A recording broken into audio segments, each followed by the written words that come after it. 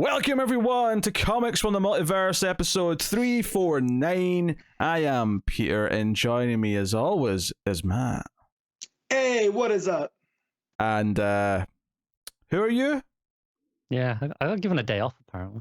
He just wandered in here. We just let him. That's what they keep telling me at work. Yeah. Well, Connor, I want you to know, remember my old running joke with Connor Kent where Matt would say Connor and I'd go who? That's become your joke now. I'll say your name and then Matt will go who. Yep. Yeah, that figures. Yeah, so welcome. Also, I'm still upset that no one made up the Connor Ryan addresses his enemies meme. I still need it. It's a wrestling reference, Connor. You're not going to get it. Right, okay. I was going to say, what? I do not. Yes, welcome everyone. It's DC Comics Podcast.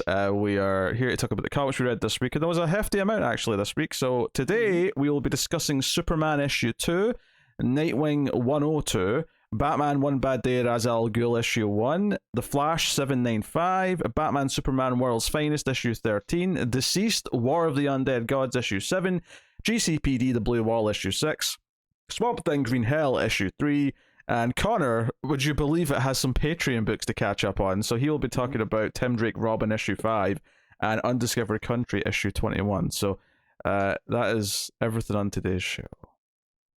And we still got the main event format with Green Hell, and then we got Connor in a lights out match, which is the only way to experience Connor, right? Yeah. Are we just going to use more wrestling terminology to alienate Connor as much as humanly possible? Yeah, because I know it irritates him a tad. It doesn't. I just let it wash over me. So I actually do. There's some news to talk about that will actually bring out a lot of natural wrestling terminology. But before we get to that, there's always time for a ComiXology top 10. He went too fast that I couldn't even protest. Yes, that's how you do it. Is it Batman? I'm not even looking at the screen yet. Not yet. Too busy introing things. I forgot how this works. We're looking at the top 10 books as of right now on ComiXology, aka the Kindle Comics section. They split it up by day, so we'll look at Tuesdays first, then we'll see what the rest of the industry is on Wednesday. Did you guys talk about the potential competitors yet? No, news to me. Oh, I'll talk about it after. Wait. There's a news section. I know. I just wonder if it'd been talked about. That's why I said I'll talk about it after. All right. You can tell Connor's back. I'm getting annoyed already. I'm glad that Connor stayed up to date. Like he got super behind reading the books, but on the news, he's ahead of me. All right. What do you think the number one DC book is as of right now on ComiXology? I think Connor should guess since this is his first episode back in forever. Okay. Okay. Batman. Batman wasn't out this week. I know. Connor. That's how much Batman sells. Very, very funny. Matt, would you care to have a guess? Is it Superman? Superman is number one, believe it or not. It's Superman issue 2. No, that's Superman number 2, Pete.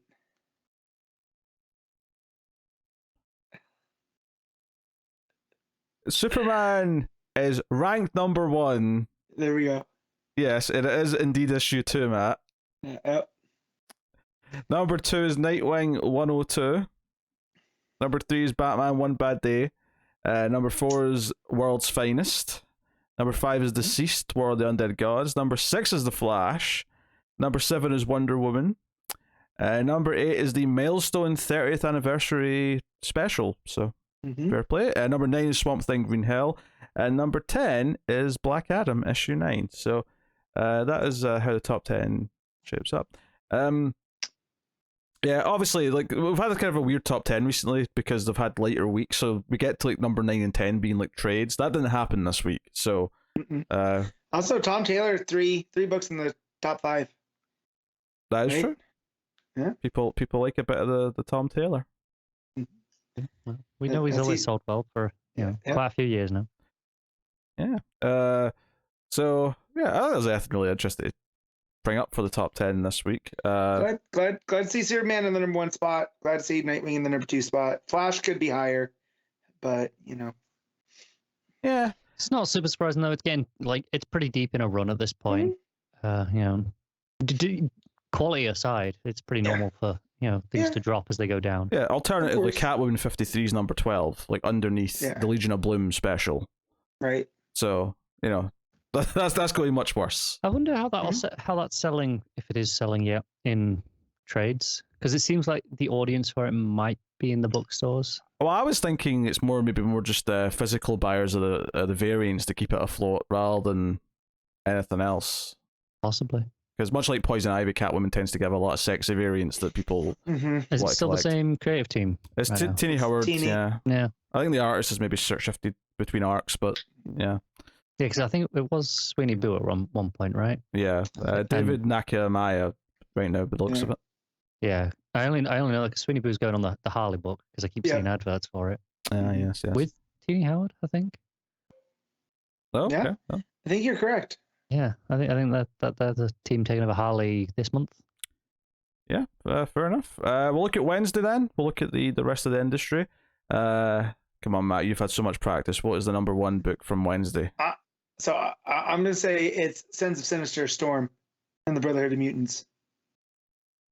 You're right, yes. It took me a second to process. If you're going to tell me no, I was going to throw something out my window. It took me a second to process what you said there, because you started with the Sons of Sinister part. Yeah. But yeah, Storm and the Brotherhood of Evil Mutants, or whatever it's called, is number one, yes. Yeah. Number two is Doctor Strange, issue 1. So new Doctor Strange book this week with Jed MacKay, but notably Alex Ross on the art, which is on interiors. It's not just a cover that Amazon are listing. I mean, I'll click on it to find out. Oh no, you're right. They've just put them in a weird order. Yeah, Amazon do this. Pascal Ferry on the art. But fair enough. It's good that Steven's back. He's been gone for a minute. He died. You don't die in comics, so. Alex Ross has done interiors at one point in his career, so it's not. Just not in a while. I think he did. Well, I think he did a book like a year or two ago, right? At Marvel. It was like a sequel to Marvel's, something like that. Yeah. It's never like an ongoing monthly book. Could you imagine? He called his shot, and it was for Doctor Strange. That'd be so funny. I really like I kind of respect that though. I really like the Justice League. That shows commitment. The Justice League book he did, I really liked. Justice. Yeah, I like that one. Number 3 is Amazing Spider-Man. Number 4 is Marauders. Number 5 is Gargoyles issue 4. Hey, let's go. Okay. I'm assuming it's as in the cartoon. Yeah, it's got a Disney branded. I've never seen the show, so I don't even know anything about Gargoyles. It's so good. Yeah, I don't think it got big over here. No, I never saw it as a kid, ever. My introduction to Shakespeare was Gargoyles. Because Macbeth was a character, and then the characters from Midsummer's Night's Dream were characters. So literally the only person in this country I know who has any care about it is James. Let me guess. Yeah, I was gonna guess. It's gotta be Burrell because he's a weird bastard. Yep. Number 6 is Punisher issue 10, which is Jason Aaron's book. It's only got 2 issues left. Then number 7 is She-Hulk issue 11. Number 8 is Darth Vader. Number 9 is Power Rangers. And then number 10 is The Magic Order, which is Mark Millar's book. Oh, sorry, I should specify. The Magic Order 4, issue 3. So it's the 4th book, I guess. Yeah, he just does them as sequel miniseries. Well, which is fine. Yeah. It's just because comics always have an issue number at the end, it's just kind of awkward to just have a number as your sequel title. But it is, but it makes it a lot easier to follow. Oh yeah, sure. I have no problem with the numbers on the trades. It's just awkward to say the single issues. But yeah, that's pretty much it. I mean, there's a couple of non-Marvel things in there, which is always nice to see on a Wednesday. Yeah. There is mostly Marvel dominating after that point, though, until you get to the low teens. But yeah, that's pretty much it. So there you go, ComiXology top 10 for another week. Matt, you're free once again. Hallelujah. I'll see you next week for ComiXology top 10. So as a little bit of news, there's not a ton, there's a few spattering of things, a couple of quick things, and technically this came from the solicits last week, although they weren't labelled as much in the solicits, but there was a couple of cancellations to report for June. Tim Drake Robin is ending. I believe that's issue 10 that's ending within June. And then Batgirls is also ending. Which is issue 20, I think. So 20 is not bad. I would have liked to have got to maybe 30. I feel like that's a nice, meaty enough run, but 20 is reasonable enough. It's not bad. So yeah, do they have 2 annuals? Yeah, they've had to have 2 annuals, right? I don't know if they definitely had one. I don't know if they had 2 annuals. Yeah. Okay. I was trying to think how they would break that up in the trades. Because they don't always have an annual, so I don't think they had one like last year. They had one last year, but I don't think they had one in 2021. Gotcha. So, but yeah, so I'm sad to see Batgirl's wrapping up. But there's a lot of books starting up in the next few months, so it's not like we're going to be hurt for stuff to read. I wonder what that creative team's going to do now, because they're not going to be on Wonder Woman. That's true. On Batgirls, so could be something else they're announcing later in the year, or maybe they're going to do some non-DC stuff for a bit. Right. It's possible. Yeah. I think both those books ran long enough under them that I can't see them being like kicked off for it's terrible sales or anything like that. Like, I think if they have a project that if they want one, I think DC will have something for them. Yeah. As we've been seeing with these solicits the last few months, it seems like every month or two there's like another little batch of these Donna DC books starting, so there could very well be something in September or whatever. Yeah, but that's a couple of quick things. I should also mention just so the wrestling talk I was alluding to earlier is just about so there was some wrestling like drama with Shazam 2 this week, and that The Rock pulled a Hogan and said that doesn't work for me, brother, when he was told to do a cameo in the post-credit scene. So yeah, basically, by the sounds of it, The Rock wanted to position Black Adam to be the center of the new universe against Superman, played by Henry Cavill, and that's what he was trying to engineer. He didn't want to just be Shazam's opponent; he wanted to be Superman's opponent. And this is so carny wrestling, like politicking behind the scenes to make yourself look stronger. And that's why it goes back to that Fast and the Furious thing, where apparently The Rock had a clause that he couldn't be beating a fight with Vin Diesel or something stupid like that. Like. I mean, he got his own spin-off movie out of it. It's so stupid. That's all I need to know. He also flexes a cast off his arm at one point too, so you know that wasn't in the script. I mean, I'm fine with that as a stupid thing to happen. It's just, that's this ego thing. Like, you're playing a character. This is not emasculating you if you lose in a fight. Jesus Christ. Yeah. So yeah, he came off looking a bit like a dick this week. That's all I'm saying. Was it just Vin Diesel, or was it in general? Because I'm trying to remember him versus Statham. Did that end in a draw? That was pretty even. I mean, I don't remember the movie that well, but I seem to recall that fight being pretty even back and forth. I don't know how it ended. Yeah, I don't either. So, wow, yeah. I mean, Black Adam was just so I'm not broken up that bad by it. I nearly watched it the other night just because why not? And then I went, I'm good. I also read out of that same story that he had stopped any any type of JSA type he stopped all the other characters from his movie appearing in the post, because they were supposed to have some of the JSA in the post-credit scene of Shazam 2, and The Rock went nope. Yeah, Zachary Levi was talking about that today or yesterday, I think, in a video. Yeah, and he was just kind of complaining, like, whatever the post-credit scene is, he's like, no, it's fine, there's nothing wrong with it, but we did have other plans. Yeah, so it's just one of those things that, like, if you do watch Black Adam, it's one of these things that just a complete misrepresentation of that character when you have these JSA characters that have tied to ancient Egypt and Black Adam's past, yet they don't touch on it at all. So, like, I still don't get him not letting Hawkman. I mean, I think it's for whatever reason he picked Black Adam as his vanity project, but obviously didn't care about what Black Adam's supposed to tie to in the comics. Right. He's supposed to be the nemesis of, Captain Marvel, Shazam, right? He's supposed to have these ties to Kandak. He's supposed to, like all these things, and it feels like, no, he's just a badass. I'm going to play the badass Black Adam, and that's my character. Yeah, and so, and they do stuff with the origin that you think is almost there, and, doesn't quite get there because you could tell The Rock's like, oh no, that's not the story I want to tell. Yeah.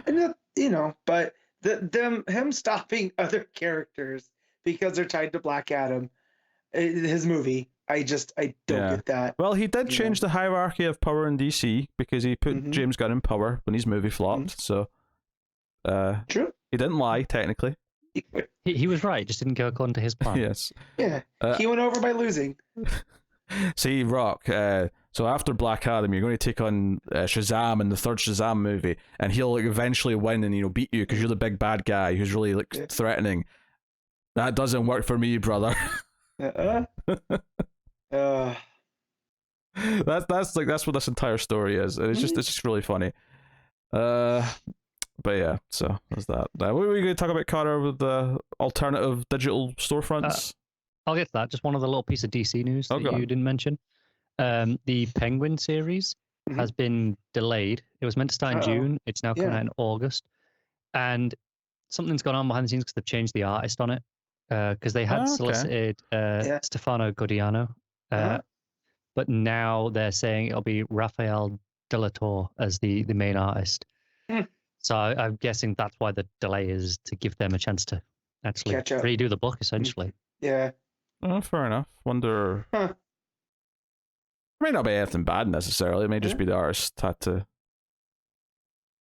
step away for whatever reason. It's very possible, yeah.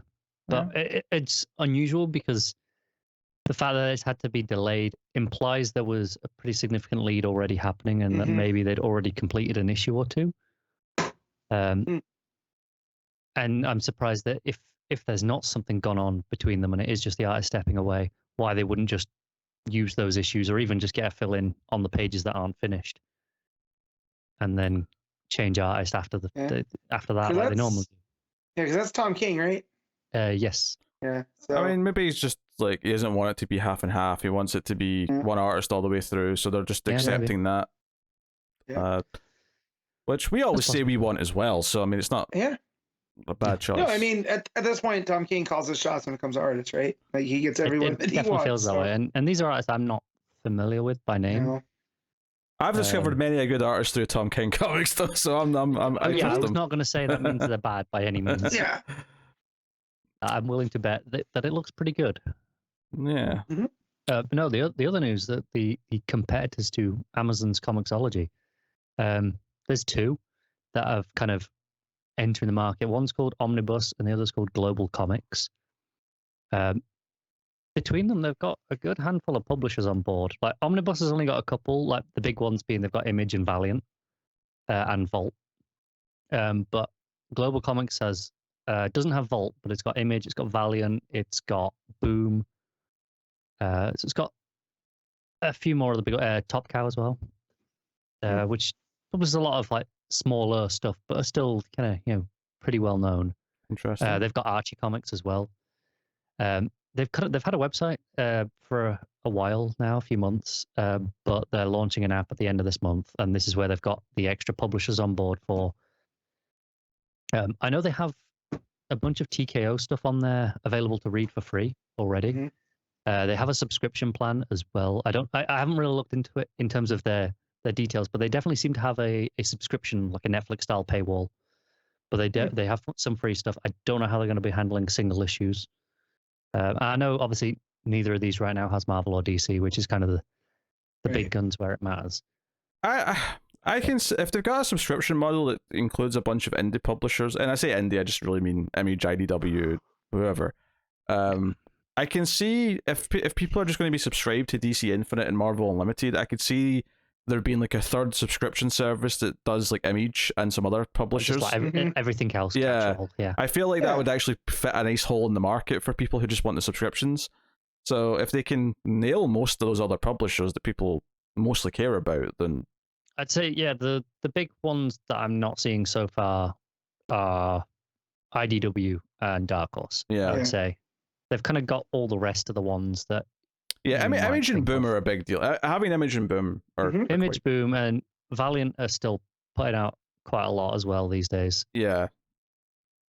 I think Image obviously that's where all this sort of, that's your HBO comics. That's where all your creator-owned stuff tends to go. And I feel like Boom has a lot of important licensed stuff that brings in people who maybe aren't as into comics and maybe start to spread their wings because of what they like, Power Rangers, they like whatever. Yeah. So, and similar with IDW and Dark Horse. Dark Horse is kind of like in a weird, like, because it lost a lot of its licenses, it's kind of becoming semi-Image as well, because some creator-owned stuff's going there now.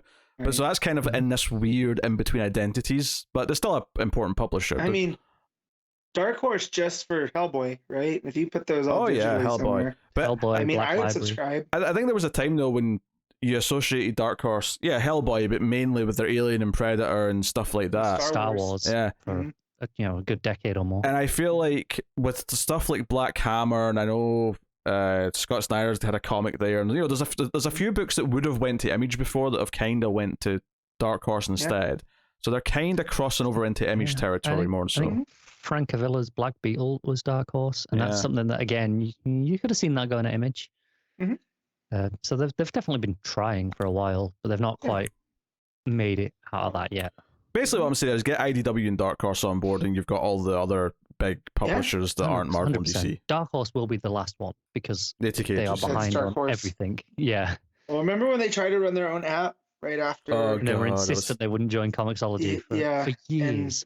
And it was a real hassle to deal with. It basically just meant I didn't read Dark Horse for about 3 years until they finally gave in and joined up.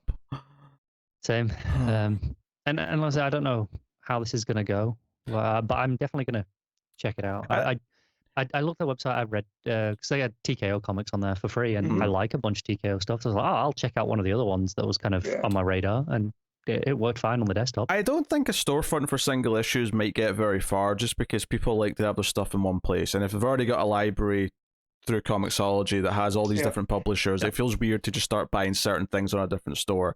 I certainly wouldn't like to do that. But if they have some sort of like, if you're subscribed to Marvel Unlimited and DC Infinite, even if you don't want another subscription, if they're not going to have a subscription for all these other publishers, if you just want to buy those single issues because you can't subscribe to them, just get them. Like, you might just settle with this other storefront instead, because you don't need Marvel and DC single issues because you've just got the subscriptions. So I don't know how much the monthly subscription is for that Global Comics. I know their yearly one is like $70 or $80, which isn't terrible if they have a pretty decent library of content on there.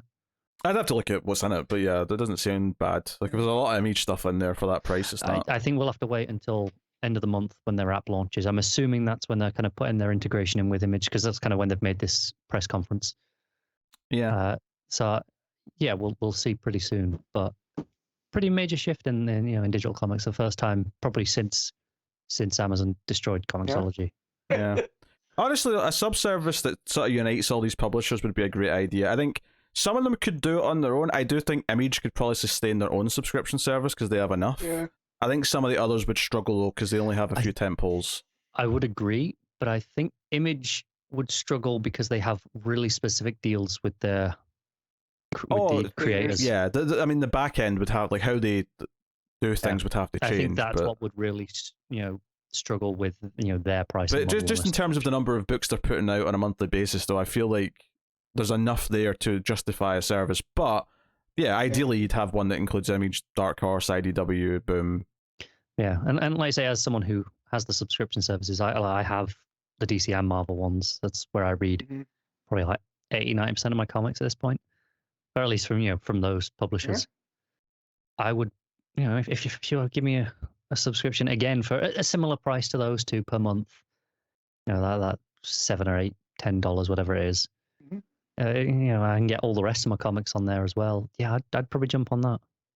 Yeah. It'd be nice to see if it happens. Because the thing is, the subscriptions do kind of make you feel like if it's the same. This the thing that's happened with music is that people don't necessarily, unless you collect like vinyl or something like that, where it's like it's the artwork and it's the prestige of the individual release. Like, people don't really buy albums anymore. They just have Spotify. They just have YouTube Music. They just have whatever. And I feel like the more people get used to comic subscriptions, the idea of buying a bunch of single issues, at least digitally, every week, is going to going further and further away. So you kind of need like the alternative for the rest of the industry. Yeah, and like I say, for me, who with DC Infinite, with the Ultra subscription only being a month behind, it makes I read a lot of stuff that way now instead of buying all the singles on Amazon, especially as it's not as good a reader as the old ComiXology one, but it's better than the Amazon one is now. You mean it doesn't freeze up and crash your tablet all the time? And you can read it on a desktop instead of just, this doesn't work, because it just is functionally broken still for Amazon's one. Yeah, I thought it was my iPad for the longest time. Then I saw people complaining about it. So then I was like, oh, so it's not me. Yeah, so, just the sheer fact that it works and it's perfectly fine to read on means it's better. So I mean, if I wasn't doing the show, I would just do that because the digital stuff that I could read, that I'm not getting. Oh yeah, no, it would just make sense. I've said before, the being 1 month behind. If we weren't doing the show, I'd just wait the month. Yeah, me too. Like, there's certain things that I still buy physically that would be my weekly. The only reason that I make a point of reading things the week they come out is because of this podcast. I'm pretty okay. Connor too. No, here's the thing. That's why, like, today I had to read double the amount of books because I'm up to date, give or take on a few books here or there. I'm up to date up to exactly a month ago. So this week I got all of these books from last month as well. So I had to read all of last month's books and then go and read this month's of books for this week specifically. Right. Which was a ball ache, but. And you've also inspired me to maybe go back and check out Deathstroke Year One. Yeah, that final arc that I am, because I went back and read that. I am annoyed that they just tacked that on as an arc at the end of Deathstroke Inc. and no one read it. Yeah. Us included. Right. Because it was actually quite good. And if you just put that as a Deathstroke year one.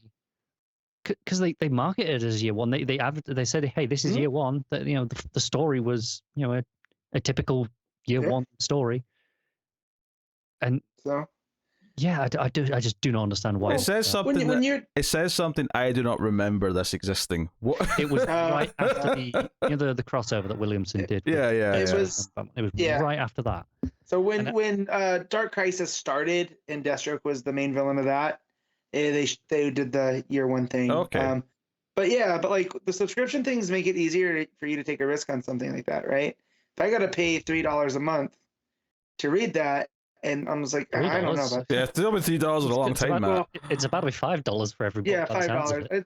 That's just my go-to number, right? That's in my head. That's when I go buy comics. I'm just like, oh, that's not. I was like, oh yeah, they're not $3 anymore, right? Well, whatever. It's the $6 a month, right? Versus how much is DC Infinite? I bought a yearly one when they launched it. Yeah, well, you have to get yearly to get the 1 month delay. You can't just pay for that. No, I think you can. Can you now? Yeah, I think it was a yearly, like it was an offer. Like if you signed up in the first couple of months of them launching Ultra, it was a better deal. No. The discount was there, but no, I think maybe it's changed. But when it launched, the way it worked is you could only get Ultimate if you paid for it yearly. Really? Monthly was still 3 months behind, or 6 months, whatever it was before. You sure? Yeah, I was positive. Well, either way, what does that break down to around, Connor? Oh, it's like. I pay something like £80 a year. Well, so that's the reason up. What's wrong with that? No, I love when I tell people don't ring the doorbell because it makes the dogs bark and I'm doing something and then they proceed to ring the doorbell. Especially when we have cell phones that you can just text somebody, "Hi, I'm here." Oh, good Lord! All right, sorry. Yeah, I'm just checking the price now because that's probably it works out to be like 10 or less a month than the full price. There you go. Yeah. Like it's very cheap compared to buying. And you can take that risk because you're just like, oh, if I don't like it, I'm not out. So or with me when it's physical, like now I'm out physical space as well because I don't know what I'm gonna do with all the comics I've yet to store because I'm running out of space in my garage. Tell me about it. Moving everything was a bitch. Bro, I said when I moved here, like I'm not getting that many comics, and as I'm a liar, right? Because as creative teams that we knew that at the time, though. We knew you were. Yes, lying. I know, but like they're not upstairs, right? I didn't have to move 20 boxes again, down and upstairs. So okay. I just checked prices. Yes. Yeah, you were right. So the standard monthly is $7.99. Annual is $75. This is in dollars. Ultra is $120 a year, but that's the month behind one. That's the one that's just a month behind on everything. So that's $10 a month for basically a month behind unlimited comics, right? Yes. Plus all the back catalog and all the Vertigo stuff that's on there. Right. So they added trades on now as well, as opposed to just single issues, which makes navigating some older stuff significantly easier to read. Right. So is that how you got Deathstroke? Was the trade, or was that all singles? No, I just read the singles because I just knew where it was. Yeah, because the trade still came out a bit later from DC. They don't go out right away. So I just didn't know if that trade was out yet, because that's I have no idea either. But I know, like when you're on the series, so if you're on Deathstroke Inc., for example, you've got the tab that's just here's all the single issues in order, and then there's another tab that just says, I can't remember if it says trades. I think it says collections. Probably collections. And then it just has okay, here's the trades in there. Which is how ComiXology used to operate. Yeah, it was so nice. Pretty much. They kind of just went, hey, that kind of worked. Let's do something like that. And yeah, it's like I say, I think if you can afford the $120 up front, it's well worth it. Yeah. Assuming you buy more than 2 comics from DC a month. Yeah, I mean, considering the fact that my average right now when I go and buy books at the shop is about 25, 26, then that's a week. Yeah. So right there, 4 weeks, that's $100 by itself. Yeah. Yeah. So, all right, well, let's wrap this up because it's just turned into an ad for DC Universe at this point. Well, on a DC podcast, who would have guessed? Yeah. The 10 minutes of just pandering to the company. That's what Connor's here for. Chill. Hey, I advertised a completely different service and said I was going to sign up for that as well from rival companies. You're goddamn shell, and you know it. All right, let's get on to the books, shall we? Superman, issue 2, Joshua Williamson writing with Jamal Campbell on the art. So we got a parasite story, but parasites multiplying instead of growing stronger. Yeah, multiplying and parasite zombie type story, which was not expecting. And that's a new version of Parasite. So check those boxes for, how can we do things differently. My only issue with this, I'll start with the negative, then we can move to the positive. I feel like not that there's not enough story, right? But just like in a monthly book, I got to the end and I was expecting more. Just with introduction to new characters, we don't really resolve too much. It's very issue 2, right? It has a lot of those problems that are common in a lot of those books where the first issue is your big, your showpiece. This is why you're here. And this one slows down. Obviously, there's still a lot of action in this book, but it slows down compared to issue 1. It's not as exciting as issue 1. So it's normal, but it makes it inherently less special. Yeah, and stopping to introduce a new character as well, with all that.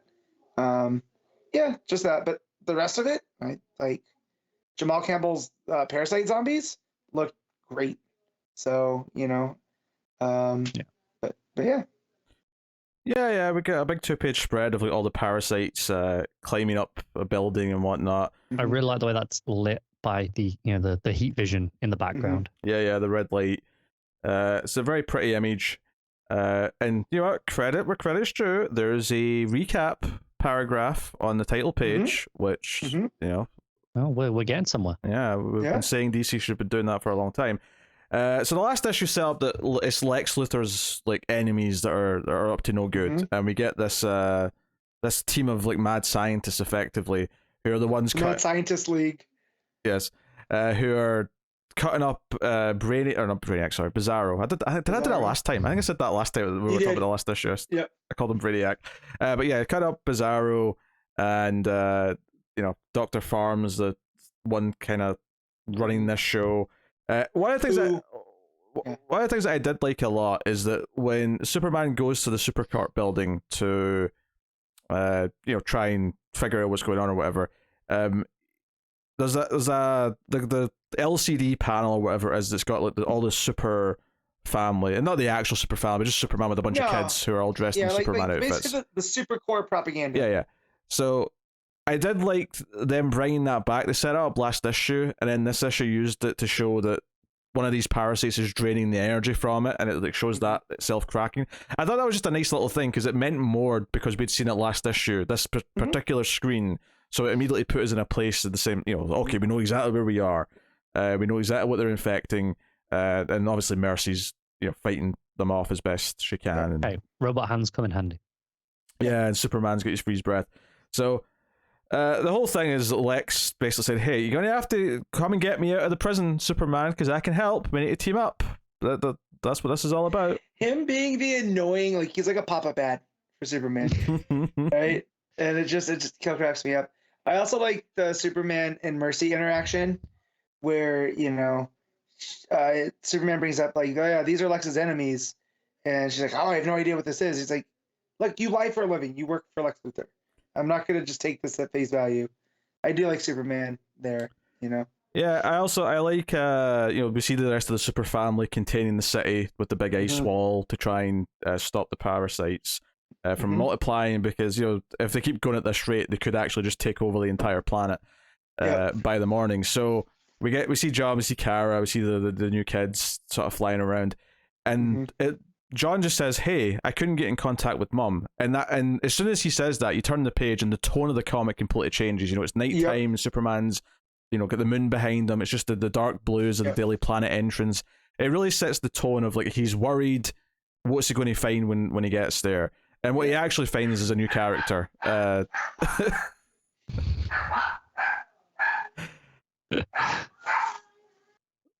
Matt's getting up to yell. Sheer unbridled rage. Possibly, or at least shut the door, I imagine. Yeah, he's shutting the door. Okay, so yeah, we get this new character who's got like a kind of would you call it a cowboy hat, I guess? I'm thinking more like Mask of Zorro style hat, which I guess is slightly different from a cowboy hat. They're like a highwayman bandit. Yeah, that kind of hat. Yeah. But it's definitely Western inspired. Like you look at her and you're just like, oh, who's this? Who's this? She's got a black outfit, but the underneath of her cape, like Batman underneath his cape's a different color sometimes than the main part of the cape that you always see. Yeah. Here it's like that, but the underneath of the cape is like just light. So it's this blinding light that's coming from the cape. Her guns are like that as well. Yeah, the guns are white as well. Yeah, and then it makes her hat look like a crescent moon almost too. Yeah. Like it really strikes an image. Yeah, so her name is Mara Moonlight, and I definitely felt a lot of Moonlight vibes just from her aesthetic. Yeah. So even the way her cape shapes. Yeah. So credit where credit's due. Like they nailed the theme of the character with this design, if nothing else. Yeah. So yeah, but she kind of like envelops Superman at one point with her powers. Exactly what they are remains to be seen. But she also like shines bright. And it's like Superman gets a vision of Metropolis in the past, back in like when it was first being formed in the old Western times. Yeah, it's like an old Western town, which makes me think that maybe it's not Metropolis. You think? Right? As well, yeah. I don't know why he leapt to that being Metropolis. Well, I just assumed he was literally saying the same street, but like but it's also the way that she talks. It sounds like she's been around for a while, so maybe it's she's like this protector of Metropolis. But I don't. No, just knowing what I know about Metropolis and its past, it has more in it's New York, right? So I mean, do you think what he was seeing here is like her teleporting back to a different time or something like that? Then I don't think it's either. I think it's a memory because it's from the point of view of someone on a horse, right? Yeah. You can see just the hands. Sure. I think it's probably her memory because she acts like she's a ghost. Right. That I'm not sure she actually is, but I can buy that she's lived a long time. There's some magic-y things going on because I definitely feel like maybe I don't know. I read like 8 comics today and I was sleepy, so no, you're fine. I never noticed the hands, which I admit makes it look as a POV. But I read this and thought, oh, this is just the street as it was in like 1880 or something. I say that now. I guess it can't be her memory because those arms that I'm looking at now are very white. Oh yeah, this is like a white man's arms. Yeah. Yeah. So it's someone that someone has something in common with Superman. I don't know. I would maybe suspect that like maybe it's someone that like. What if Superman goes back to the past later in this story, and this is like a glimpse of like his future, as it were, or something? Okay. Or he's at least at the very least he's connecting to someone in the past that he's seen through like in this moment. That's what I'm thinking. Something along those lines. Someone that has something in common with Clark. This kind of white hat style cowboy or something. Here's an interesting thing. So all the power, or most of the power has been drained from him from the parasites. They've drained the power from the city. And he says here that bright light, just as he sees this vision, has recharged him. And he mentions that it's Moonlight. How do we feel about the idea that Moonlight is charging Superman? Well, Moonlight's just sunlight that's being reflected off the moon, so scientifically. Matt just nailed it. Okay, fair enough. It's just a it's just a slightly weaker version of sorry to Neil deGrasse Tyson that, right? Like no, it's a good reason. I never thought of that way around. I just kind of took it because she's producing the Moonlight on her own. But yes, technically yes, Moonlight is just a reflection of sunlight. That is right. So even if she's creating the Moonlight, whatever that radiation is, it's similar to the yellow sun radiation. It's just a weaker version, right? Yeah. Okay. Yeah, but it gave him, it was the quick bite to eat, when you're starving. It's the guy in the marathon that's eating those little waffle bits. It was a bit angry, so he had a Snickers. Now he feels like himself. There you go. So all right. So yeah, Alexa's still saying, "Come get me out of the prison," and of course Superman's like, "No, I'm not doing that. Never doing that." Yeah. Now, obviously, because it's a story, he's eventually going to do it, right? Yeah. It's going to happen, but he's not doing it yet. The big reveal. I definitely think that evil mad scientist league is definitely coming for Lex in prison. Like, and Superman's gonna have to get there at some point. Well, the big reveal, because up until now we just think they're like the parasites are duplicating, but the big reveal that when he finds Lois is that Lois is a parasite. She's changed into a parasite-like being. And she comes straight for him to drain him. Yeah. So that's our big dramatic beat towards the end of the issue, and obviously Super Family's watching on. He uses his vision to look at her blood and stuff, and it literally looks like little parasites like jumping on blood cells. Yeah. Well, I just love the idea. It's a parasite virus now. Like that's how it's multiplying. And, you just see him starting to transform. Yeah. That's he has been infected. That's the final page. It says, "Hunger of the super parasite" is what we're getting next time. And they're cracking through that ice wall, as you can see. Yep. There's no cracking in this. What are you talking about? He's literal. He's sorry about the sea monster, Connor. Yes. I know. I'm saying it is the literal sound effect on the page. Wait, does it say crack or cracking? This is crack. It says crack. Yeah. So, but yeah. Imagine if it just said cracking. Cracking, right? We're going back to what it was one of the DCeased books, was it? We kept talking about Darkseid's crack. Was it? Yeah. Was that a different book? I don't know. No, it was one of the event books. It was one of the event books. The start of Dark Crisis. It was the Infinite Frontier. Yeah, it was the lead up to Dark Crisis. Yeah, because he was cracking reality, so we kept going Darkseid's crack, and that's what they attacked Darkseid's. That's what they kept saying. We have to get that crack back from Darkseid. How did you write that and not think like you heard that sounded? And it is Williamson too, right? Okay. This is still Williamson. He loves crack. Williamson loves crack. You've heard it here first, folks. He's still talking about crack. So he went from Darkseid's crack to Metropolis's crack. So see, when you said it that way, it sounded like you were talking about Darkseid's ass. Wait, I thought that's the joke. No, I was thinking crack as in drugs. Oh no, I always thought it was Darkseid's crack, like his butt crack. Yeah, I'm with Matt. It was funnier that way. Yeah. No, but because they kept saying things that we have to get that crack back from Darkseid. So I never took it as his ass. I took it as crack cocaine. No. I like both. Yeah, it works. What Darkseid's crack is a whole debate. Like, is he crushing up planets and starting that? I don't know, but it's definitely not anti-life, because that's why he needs it. Of course, yeah. Yeah, no, I mean, I enjoyed this. Sure, I thought it was moody. It was atmospheric. I liked, particularly, like the first half of it was just Superman getting away from the parasites, was just whatever. Once it got to the Supercorp building, though, I thought the atmosphere and the horror of like these things coming after them, and then like the creepiness of going to the Daily Planet building. I liked all the atmosphere in those segments. It's not often we get a Superman kind of horror-y story, right? Like, I can't think of any off the top of my head. Greg Pak in the New 52, one of the few good arcs of Superman in that entire time span. Yeah. But so, and here, like, looking at the cover with Marilyn Moonlight, it made it look like this is the villain du jour, right? That's what we're doing. I don't know how I feel about her yet, because there's not really much to go on as a character. No, but just like, I'm glad that she wasn't just like the villain of the week type. This wasn't the person they were sending after, like... If it does feel very separate to everything else that's going on right now, doesn't it? Right. So that was a nice subverting of expectations, for me at least, so... Yeah. It makes me wonder... It makes me wonder if she's going to stick around like after the parasite stuff. Like she's like a setup for a longer That's what it sounded like from the scene. Yeah, because she's like, "Hey, I'm helping you now because bigger issues, but I'm coming for you." Yeah. So, but yeah, it definitely doesn't seem like she has anything to do with the supervillain stuff. Nah. Like she seems separate from that. So, but yeah, no, I like when they subvert expectations off the cover like that.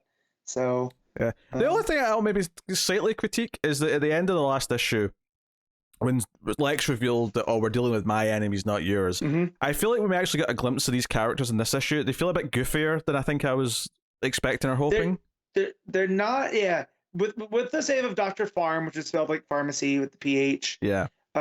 He's super creepy, and he's got a Black Bolt vibe that, like, his brother talks for him because the last time Dr. Farm talked, No, is it not? Is it not the other way around? Is his brother whispers to him and only him, because if he talks to anyone else, he'll kill them or whatever.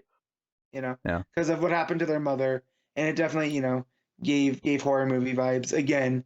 So, and he's wearing like this muzzle type thing, like this leather over his face.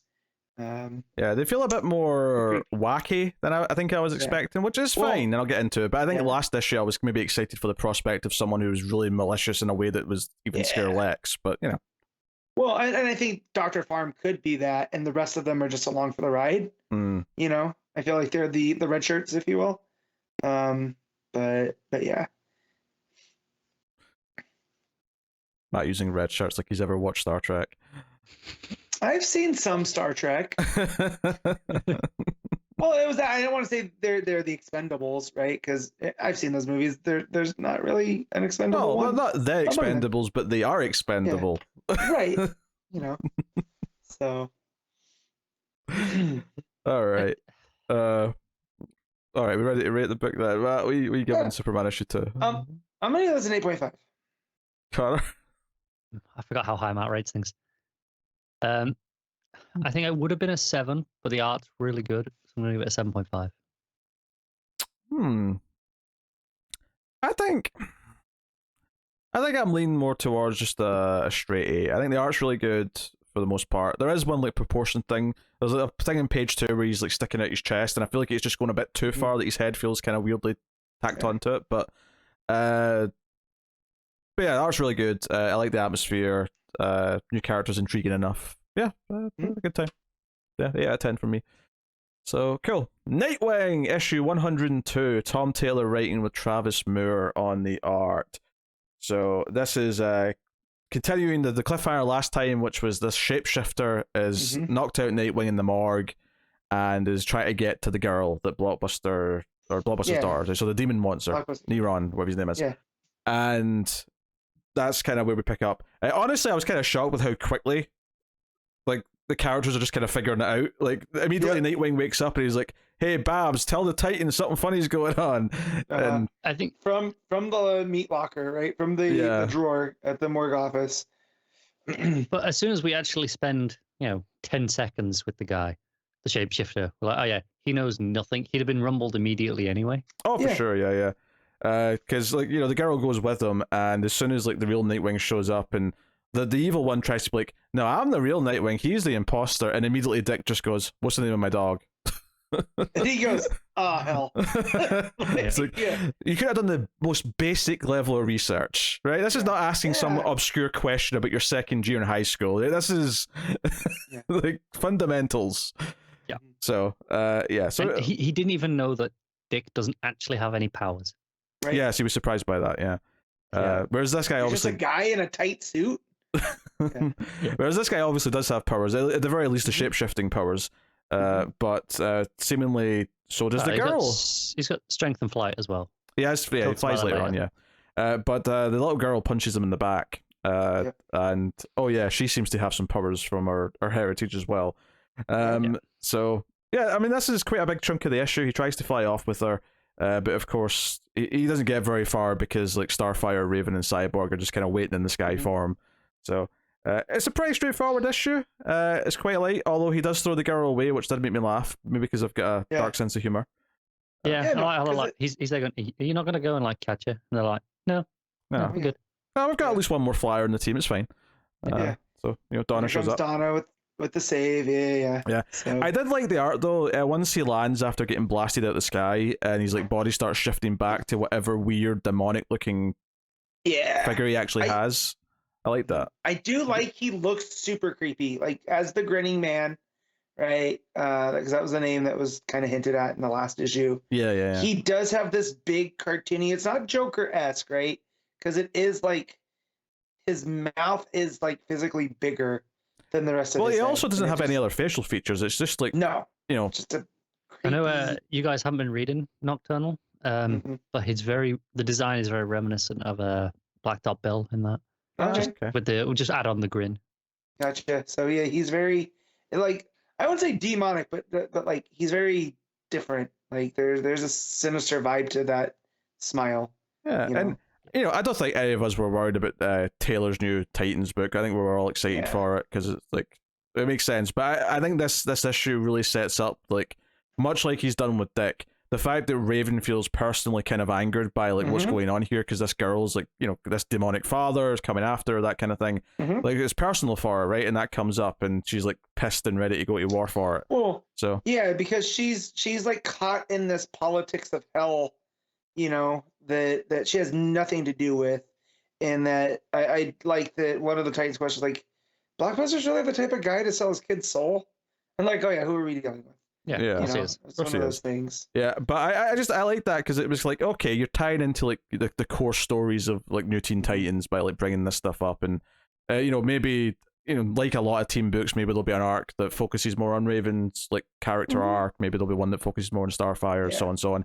And it makes a lot of sense to do that, probably for everyone but Dick, just because he's already writing a Dick book. He has his book. Yeah. So he can be the leader, but everyone else gets their time. That's really neat. I did kind of like the little backstory for the Grinning Man here, which was he actually tried to just be a guy who put on disguises before. He tried to rob a bank by just claiming to be Superman. Yeah. And did a really bad job of it. Yeah. Well, there's something evil in your vault. I have to go and check it. Let me in. Yeah, just the idea that Superman would rob a bank on top of it. Like, just walk in and ask to see the inside. It was worth a try. Yeah. And then the nose is too big. I just love the audacity of it. It cracks me up. So, yeah, they're basically forming this plan to, quote-unquote, steal the contract for this selling the soul of the girl out of the failing cabinet in hell. Yep. That's the plan. Yeah, Gar kind of says it jokingly, oh, what do we do? Just steal the file in the cabinet? And everyone's like, yeah. Raven's like, yeah. Like, we can do that. That was sarcasm. Well, that's the thing. Like, she says yeah, and then everyone starts forming the plans. Okay, we'll do this thing, we'll do that thing. And Gar's like, well, guys, I was joking. Please. We're really not going to hell. Like, no, we are. Yeah. Which gave me my line of the week, probably, is the Hell Heist. Oh, Hell Heist, yeah. Hell Heist is a better name. And that's basically the issue. It ends with them sort of making this plan.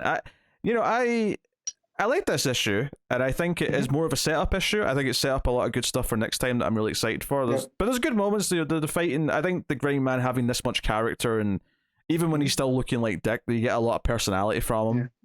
Just from like the way he realizes things. So, this is what I'm so confused about.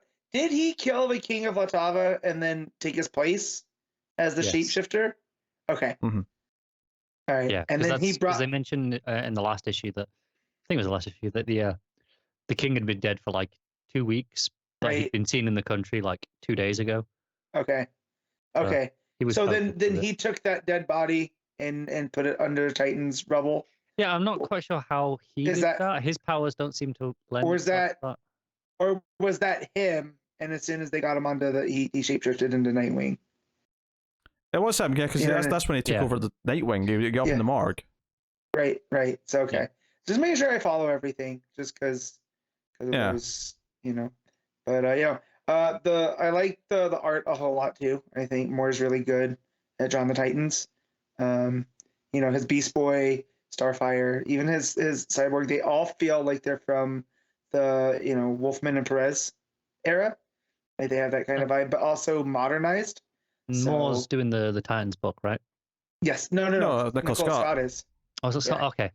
Yep. Yeah. Presumably swapping between Moore and Redondo on this book, I assume. Mm-hmm. But so yeah. But yeah, his Titans feel like they're classics, and it kind of in that same way when Mora draws things, it feels like that Silver Agey.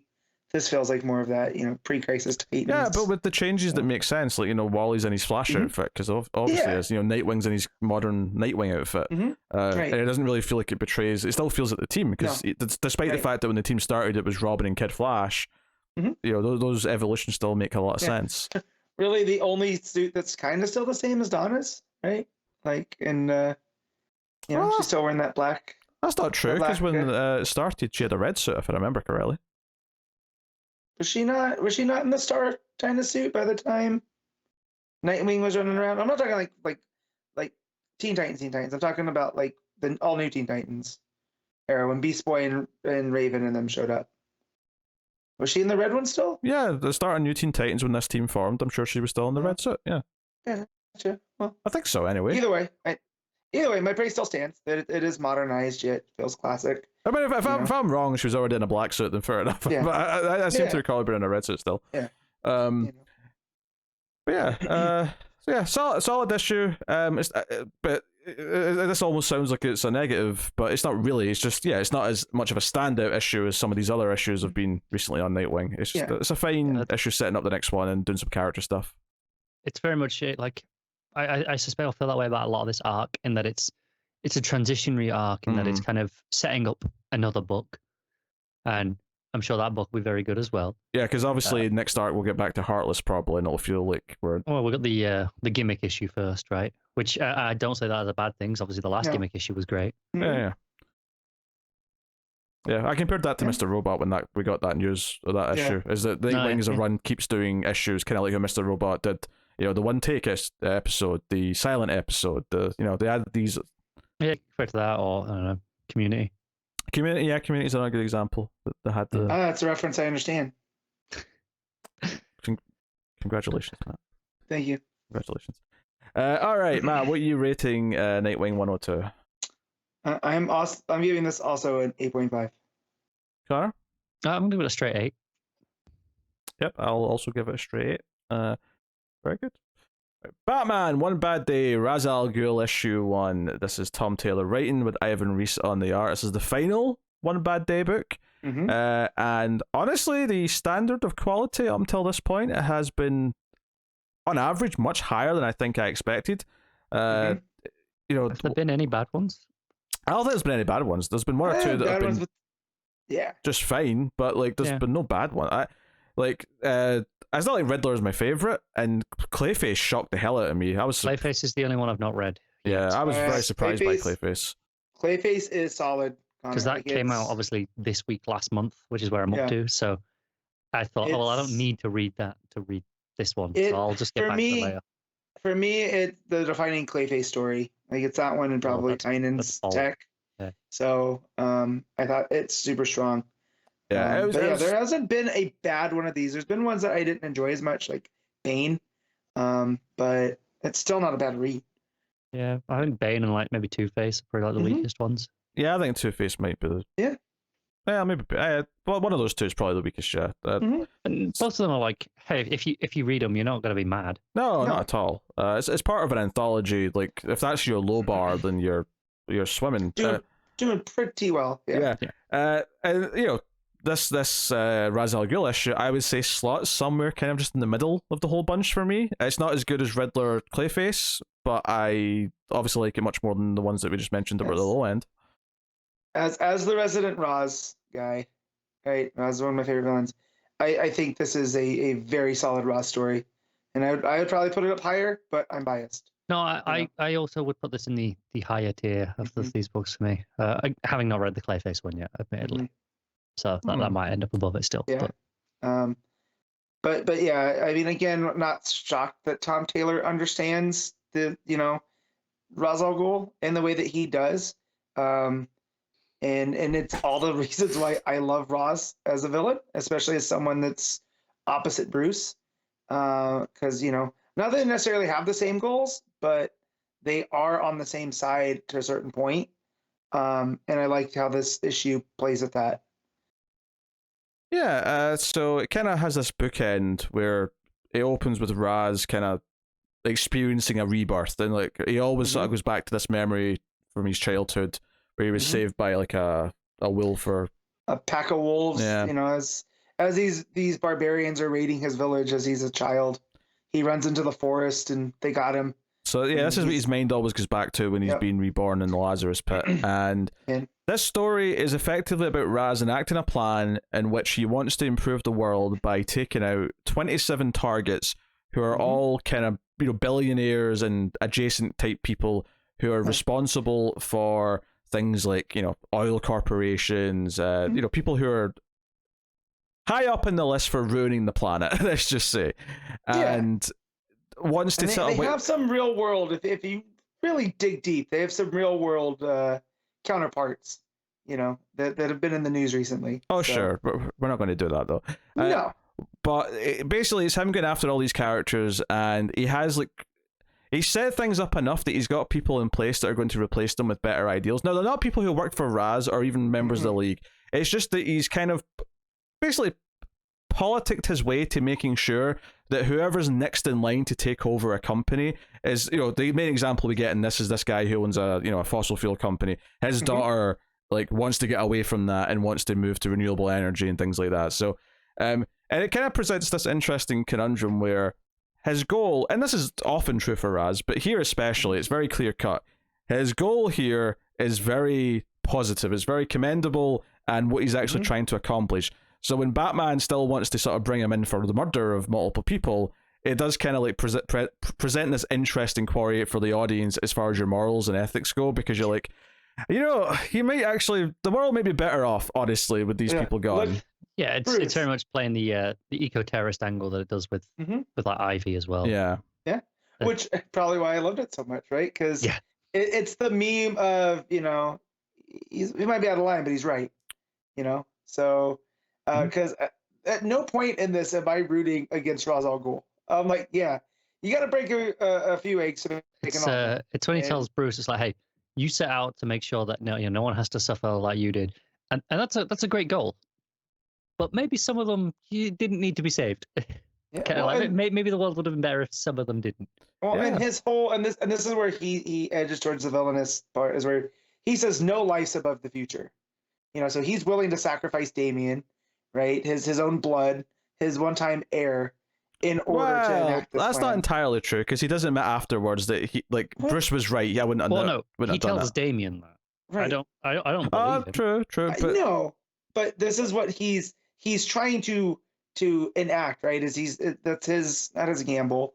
That's his bluff, right? Is that no life is worth the future. The big thing in the book, though, is that he does actually kill Batman, right? When Batman shows up to try and stop him, he gets, held down, and Raz stabs him and kills him. And at no point did I was like, he's not gonna kill, like, he's not gonna stab Bruce. He's got that big sword. They're doing. And then there's a sword through his chest. They do the whole Bruce and Raz, famous shirtless sword fight. Where Bruce is in the cowl, and I was just like, oh, Bruce is gonna get out of this, and then Bruce doesn't get out of this, and I was like, oh my god, what is going on? Well, that's the thing. It's the whole point of this is that it effectively takes Batman out of the game, because it's not that hard to predict that he's probably going to get thrown in the Lazarus pit and come back. Although this is not necessarily in continuity, so they could have just let him stay dead. It wouldn't have been out of the question. But when he comes back towards the end of the book, and Damien's like, hey, it's been 3 months, and the whole idea is that Raz just kept him dead long enough to finish killing all the people that he wanted to kill. Literally put Batman on ice. Yes. Yeah, it wasn't about killing him. It wasn't about taking him out. It was just let's put you on pause for a little bit, keep you out of the way. It's almost an interesting kind of admission by, and obviously Raz has always respected Batman. He always calls him a detective and so on. But it's almost like an interesting thing where he's like, no, we still need him around. Like, Batman still serves a great purpose in the world that is necessary, but he needs to be taken out for a while so that what needs to be done is done, because he will get in the way. And to me, that's Raz. Not part of that bluff is that there's no life, that's more valuable than the future, including Batman's.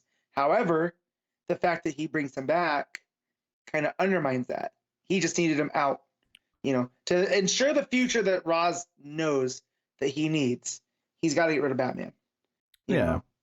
So, and yeah, I like that. And when Bruce wakes up and Damian just kind of just sitting there waiting, I thought that was a real like surreal moment for a Batman book. Yeah, I enjoyed the Damian inclusion in this. Bruce making him promise not to kill anyone, never to take a life, which Damian does, and it's just the detective work of like going down to the boat where the rich guy was killed and looking for crime, the evidence in the crime scene and all that. Yeah, he was drowned in the pool, not in the ocean. There was chlorine in his lungs, all that type of stuff. Yeah, there's a lot of fun little Batman-y scenes in this. Like, it's kind of interesting that it starts as a Raz story and then it kind of transitions to being the Batman story in the middle for a while. And those scenes are all relatively enjoyable, and then it comes back round to being the confrontation. Yeah. And Raz making his big grand Birdemic style speech about how there's how he's swam through corrals that are now just dead ocean and he saw these rhinos stampede and now there's no rhinos to stampede. Yes. I'm just saying him and Rod from Birdemic would get along very well. Pete, I'm not going to watch Birdemic. All right, you're not going to get me. I'm not trying to convince you to watch Birdemic. I'm just using a cultural touchstone of modern entertainment as a comparison point. Touchstone. Ay. Also, I do love, and this is me speaking as a dog person, the fact that we get a peek at Raz's humanity through this relationship he has with his pet wolf. That that's a descendant of the type of wolves that saved him as a kid, and we I'll just admit the last here. one, almost, by the way he's talking about it. Yeah, this is now an extinction, and this is what he's trying to prevent more of. But the fact that Raz is the one that puts his pet wolf down, and just like I wasn't expecting this book to make me cry, but that's Tom Taylor. It's like the doctor's like, hey, look, he's in pain. We kind of waited for you because we figured you'd want to, say goodbye. Yeah. So when Batman wakes up, he goes to fight Raz, and this is where we get the shirtless sword fight. Yeah. The classic sort of fight, which ends with Raz throwing himself off the mountain. Yeah, wasn't expecting that either. Like, death by the, It was also, here's an out. Like, hey, this will solve the problem until I can come back. Yeah, right. And he wakes up a little bit later. I think, what does Talia say, like a year, 2 years later, something like that? Yeah. And they're in China, they found a Lazarus pit, and this one's not surrounded by snow and ice, this one's surrounded by a lush forest. It's... Yeah, so it ends with this happy thing where he's got a new puppy, he's got the sun shining, he's in the jungle, and because he knew his plan was going to be, it's so airtight that Batman can't undo it without making things worse. Well, that was the interesting thing to me, is that, like, so when they're fighting, they're debating this, and Ra's al Ghul effectively says, if you have to tell the world how these people died, if you have to ruin the truth of that, or ruin the lie of that, I should say, then that might undo everything, because all the people have been put in place, it might be seen as corruption and all the rest of it. It might undo all the good that this was going to achieve. The best thing you can do for the world and people on the planet is to, as much as you hate it, is to let the lie last, and let this outcome last, because it's actually going to do some good. And it boils down to Bruce being like, hey, this kind of isn't about the world and what it's about, Damian needs to see criminals get punished for what they do. There has to be consequences. So Batman's basically saying, I will not let it lie, because you're still there to sort of be brought to justice, which is why he takes the out and kills himself. He's like, well, if I'm dead, then you don't have to ruin the lie. And sure enough, he wakes up and Talia tells him, Batman never told the world. I respect that he kind of sticks to his guns with hey, no life is above this, including his own. Meyer, right? I don't know if he knows about this Lazarus pit, because Talia's like, oh yeah, we found it. Like, they've been searching, obviously. It's taken 2 years. That implies there was no guarantee there was one that he could use. No. I mean, essentially, Ra's wins. Yeah. I will say, though, he probably assumes that Talia will do her best to find one. But he's obviously hoping for it. Yeah. Well, yeah. I mean, I feel like Ra's always feels like he's going to do this forever, because there'll always be a Lazarus pit, right? Through whatever. It might take a while. Do you know what this is actually kind of reminiscent of in a weird way? It's a little bit End of Watchmen. It's a little bit Rorschach letting the lie stay kind of thing. Like, but he can't let it go. He has to tell the truth. It's obviously a 1-to-1, but it's kind of similar in that Batman's put in this position where it's actually probably the good thing is to just let it go because it's better for the world. It's like obviously he tried to stop it, but it's done now. He can't stop it. Yeah, the best thing he can do is nothing. It might make it worse. Yeah. So Raz being dead at least removes the one thing he still had that he was still kind of hinging on. So he did just let the story go. But it's an interesting dilemma to poke towards Batman, I think, in a story. And I guess that's why people tend to like Raz as a villain, because he does kind of provoke challenging ideas and narratives to Batman, where it makes him question, like, is it just, it's a bit more complex than just, he should just kill the Joker and they wouldn't hurt any more people. It's the same kind of thing that, like, okay, on a surface level, why people like Thanos in the movies, right? Is, hey, overpopulation and under-resourced. Obviously, that boiled down to a weird problem of, hang on, you can do anything. Why not double the resources instead of half the population, right? Thanos still has a bloodlust. Yeah, because he's nuts. Right? Yeah, just double the planets. That's fine. There you go. That makes, I would say, it makes him less interesting though than Raz here, where it's a bit more smaller in scope. Yeah, well, it's just this one planet, right? He can't literally just fix everything with a snap of his fingers. So there's the problem when you introduce that mechanic to something is that all of a sudden, like, it takes. There are better solutions. Yeah. Whereas, I'm not saying there's not better solutions than what Raz is doing here, but at least he's trying something, working within the system, as opposed to just screw this. Yeah, he's still killing people, but it's not like his terrorist attacks of the past. This is a bit more like surgical, precise. Yeah, surgical. That's the word. Yeah, they're obviously extra innocent casualties, like when he blows up the building. It's like, well, hang on, like 3,000 people died there to kill, I think it was 11.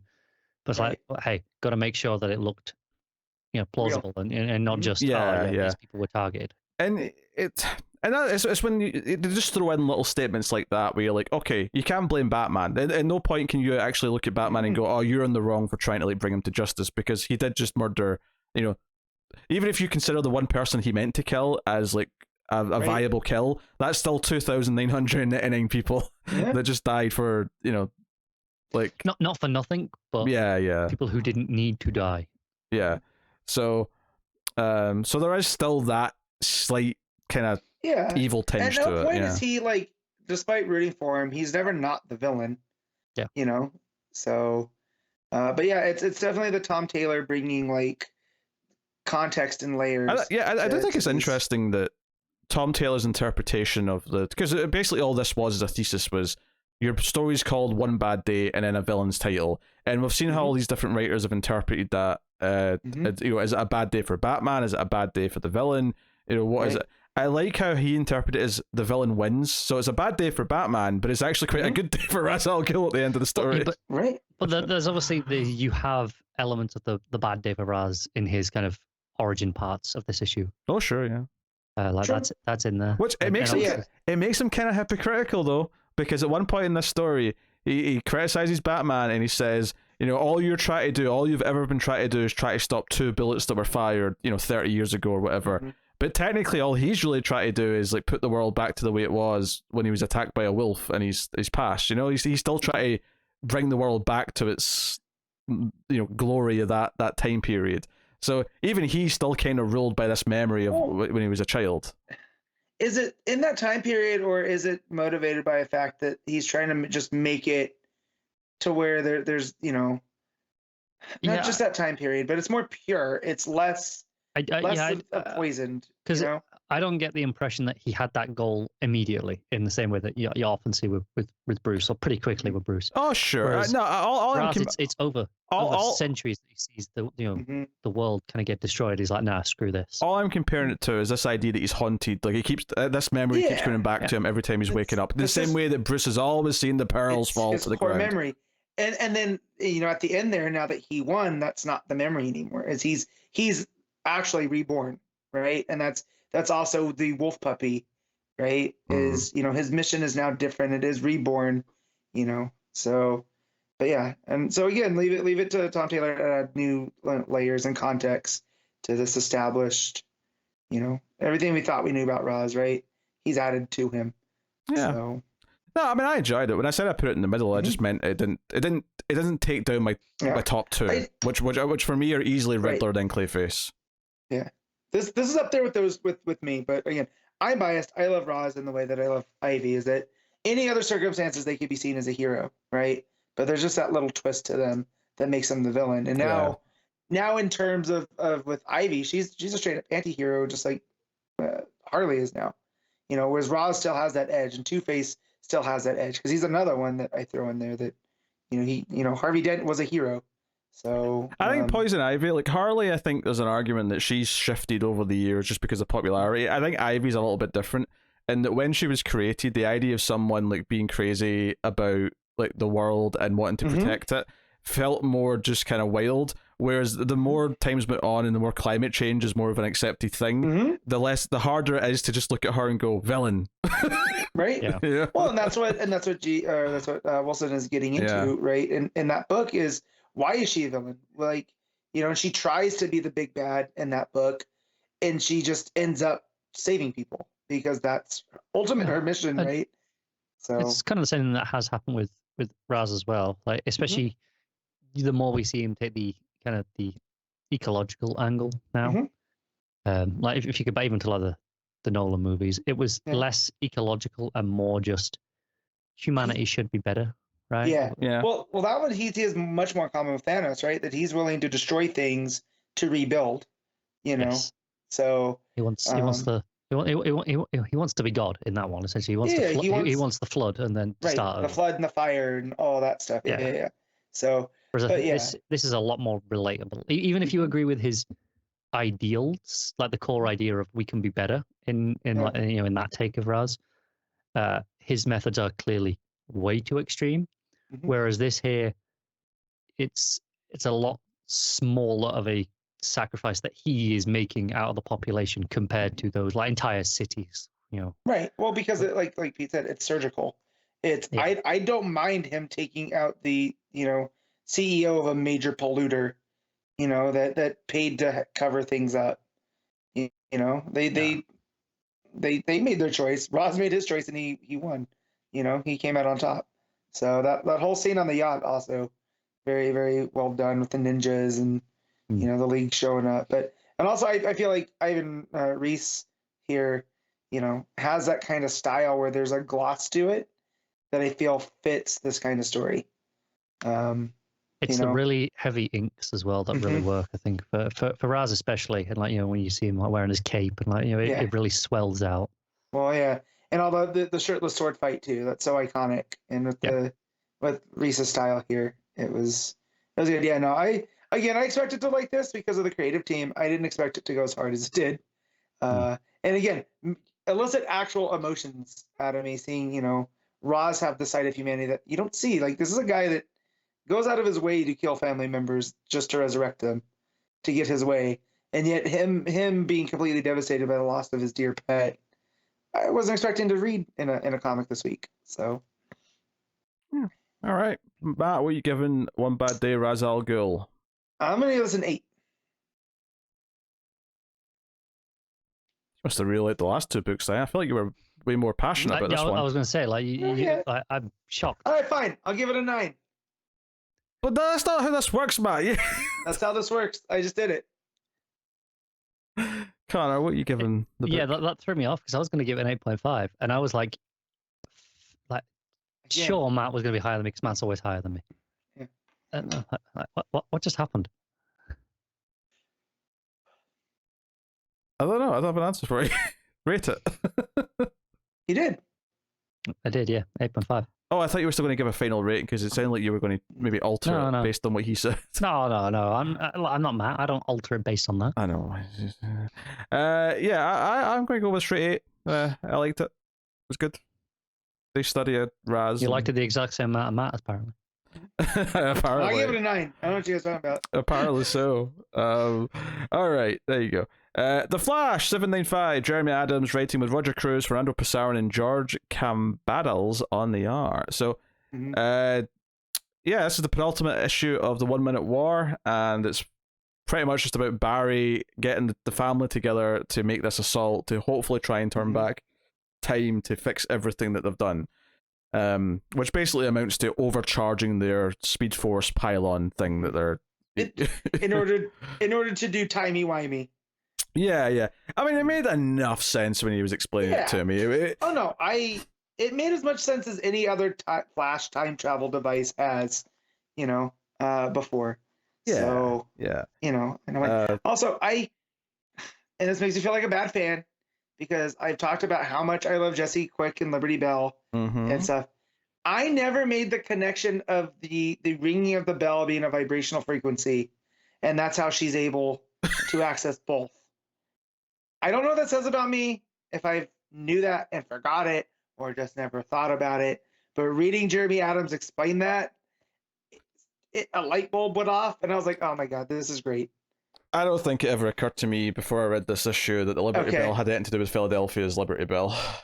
Oh, really? Yeah, I don't think so.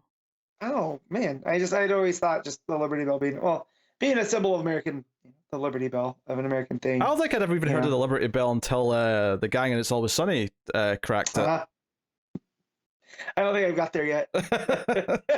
There's a weird flashback episode where it's like their descendants or their ancestors. Oh, that's right. Crack That's the bell. right. I have seen that one. That is yes. It's one of the worst episodes of the show, unfortunately.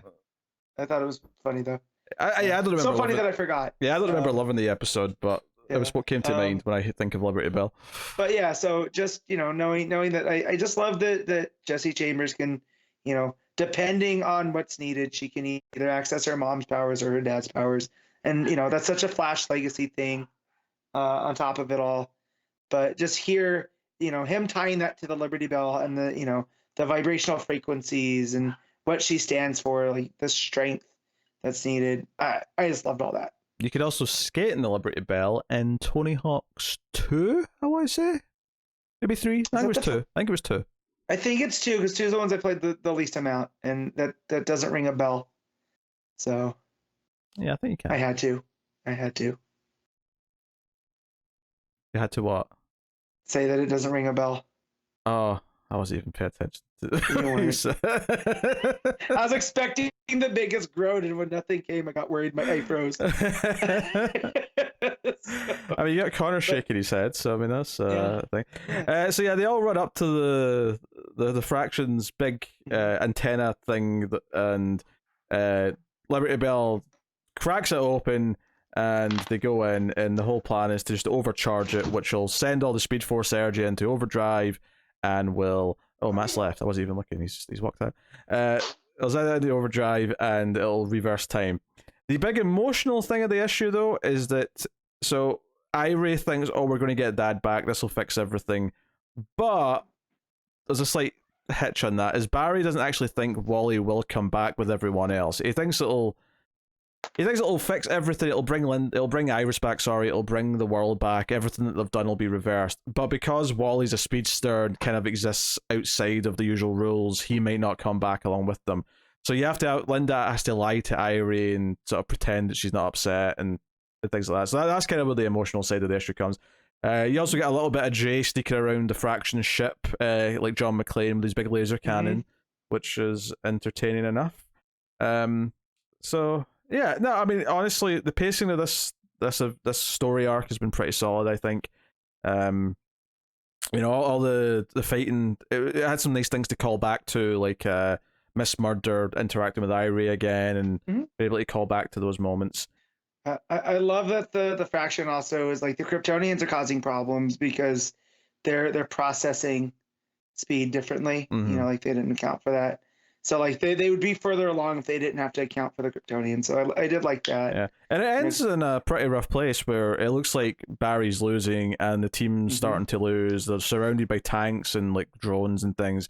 And then the last page, it just says elsewhere, and Wally wakes up somewhere else. Surprise! The Flash didn't die. He just went somewhere, because that's always seems to be what happens when a Flash looks like they die. He's on Flash Planet. Or Planet Flash, they call it. Planet Flash, which used to be Time Point, which is a Time Master's like vanishing point. Yeah. Type place.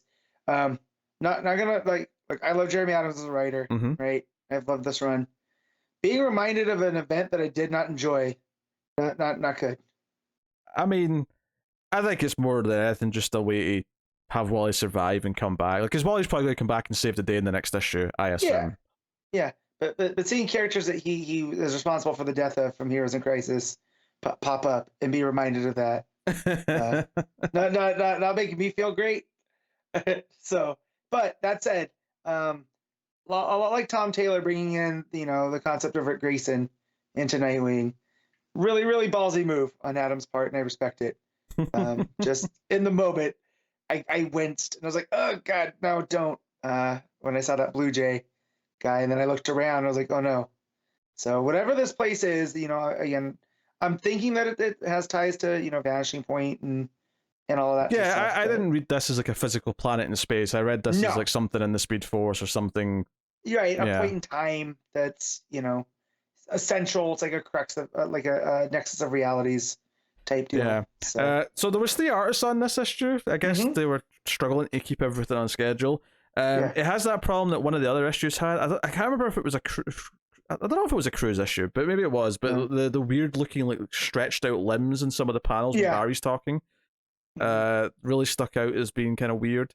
I wouldn't say most of it's bad necessarily, but it definitely hurts the flow that there's so many different artists on it. But it's also each artist is handling their own part of the story, so there's never like crossover of art on different stuff. It's like I feel like all the J stuff was one artist, and the Barry stuff was one artist. So, but yeah, it's not terrible, but not great. It's got a good build to the assault though, because it does that thing where they're all lining up to make their run, and then it flashes back to like the plan being laid out, and you see a little bit of the run, and then it goes back to the plan again. So it does this thing where it makes it feel like a big deal because it's kind of revolving around it constantly and setting it up. So, fun penultimate issue, and I like that Jesse got to have a little bit of a spotlight in this one. So that was good. And also Wallace and Bart bickering with each other in the background is just becoming one of the running things that this run's doing. Yeah, because Bart's talking about how while he's been running, he has swallowed bugs before, and so that kind of is the idea of how they're going to attack the Spire. Is because they can move, because they're not moving at full speed.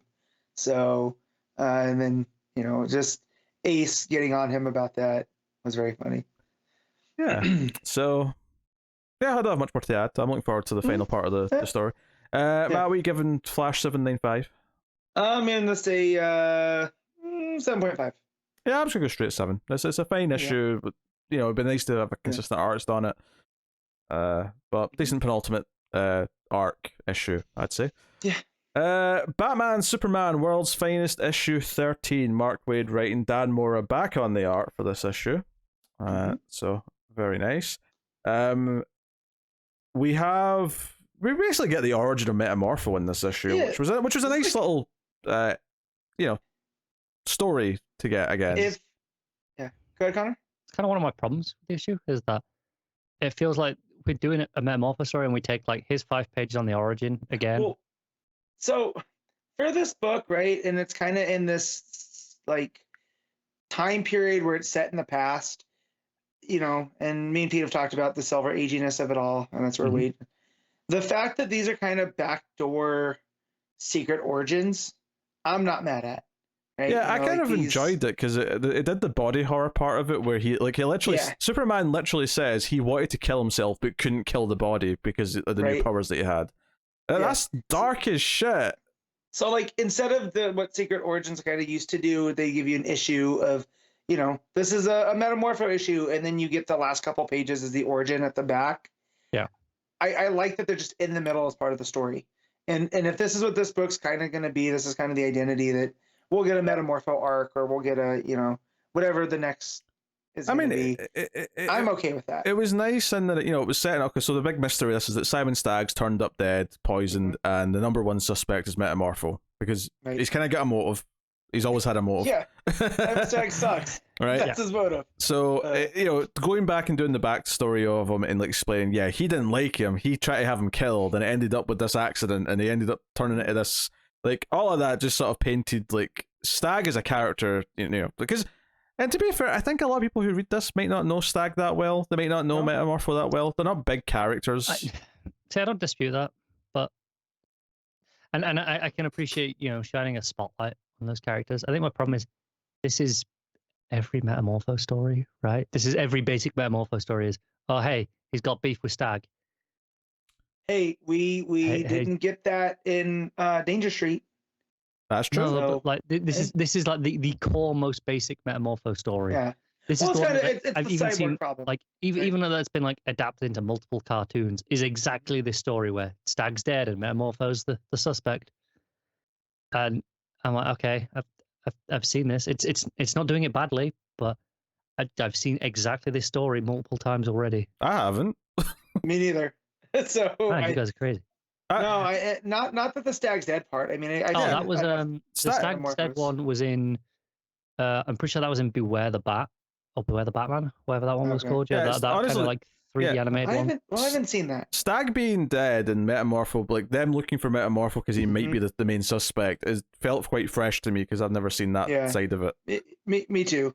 But I can agree with Connor on that. It's like kind of the cyborg problem of we always get Cyborg's origin in whatever story they're doing, and that's kind of tired at this point. However, I got to see Dan Mora draw body horror stuff on Metamorpho, so I'm not that upset. Yeah, that stuff was great. That stuff's great. I liked how dark that was, and then the running thing of like Jimmy trying to be a reporter and like Clark's giving him advice on how to like follow things up, and it kind of just goes on in the background until it leads up to the actual cliffhanger, which is that his evidence has led people to believe that Bruce Wayne's responsible. So the big cliffhanger page is that Bruce Wayne's arrested for the murder of Simon Stagg. Yeah. So I thought that was fun.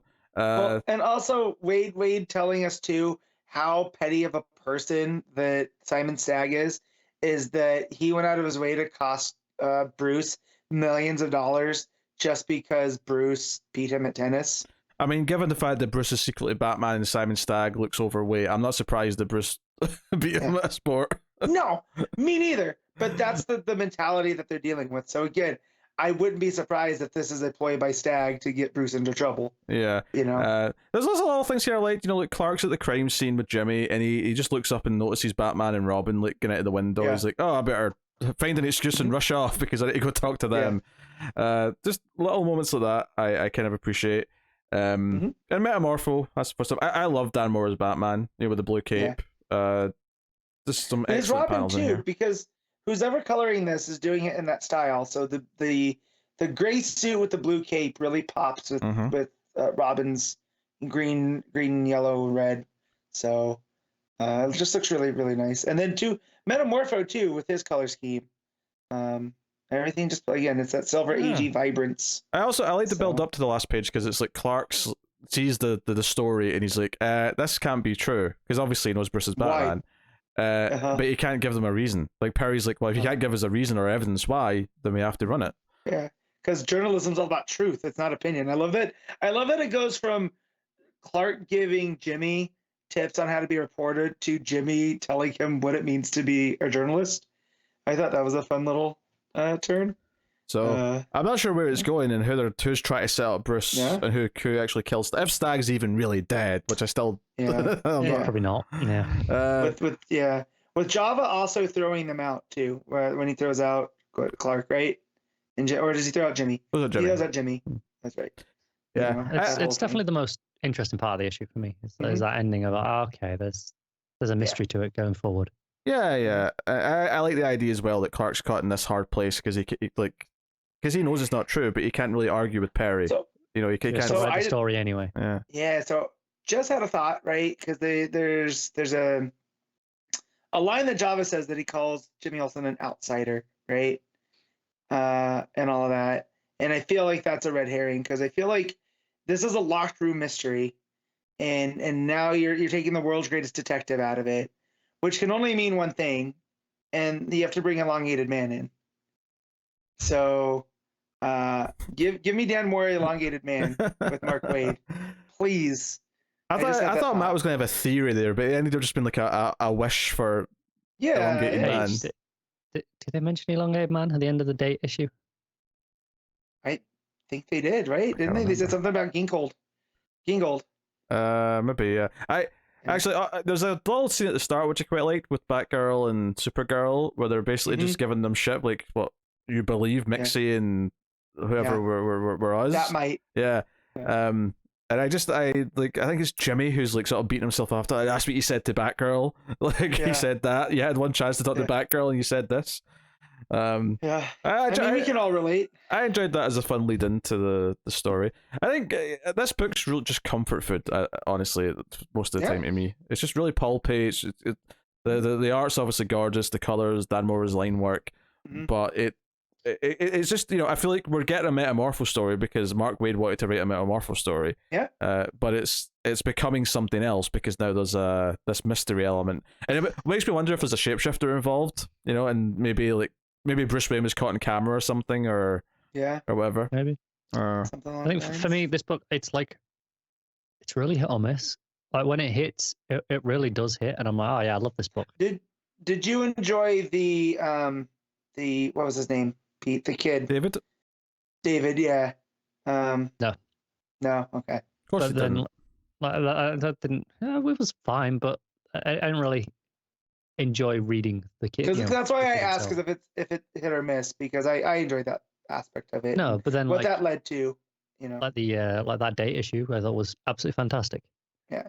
So it's like it's really like all over for me. I don't know. I never know how I'm going to feel going into an issue, other than most of the time I'm going to have gorgeous Dan Mora art. Yeah, right. Dan Mora, John, all your favorite characters. What's not to love? Yeah, that's always something to enjoy out of this book, no matter what. Yeah, no, I really enjoyed this issue. I think it was juggling like multiple things really well. It was juggling getting the cool backstory for Metamorpho, and I thought a fun way. I thought it was juggling the Jimmy stuff in the background, building to the cliffhanger, but then it was also juggling just the actual investigation of Batman and Superman, kind of like working around the people that they're around. Clark working around Jimmy, the Bat Duo flying to Metropolis, and all. Like, I thought it was juggling all those things kind of effortlessly, and it felt like a living, breathing world. I felt easy to be wrapped up in and just sort of enjoy what was going on. Which it's almost like something that's hard to like define, but there's just like it's a feeling I don't get with a lot of other comic books that don't necessarily feel as tightly sort of like interwoven with all of its characters. Maybe it's just a skill that Waid has that not all writers do, but that's what I feel when I'm reading one of these books. So, all right, Matt, what are you rating World's Finest, issue 13? I'm gonna give this an 8. Connor?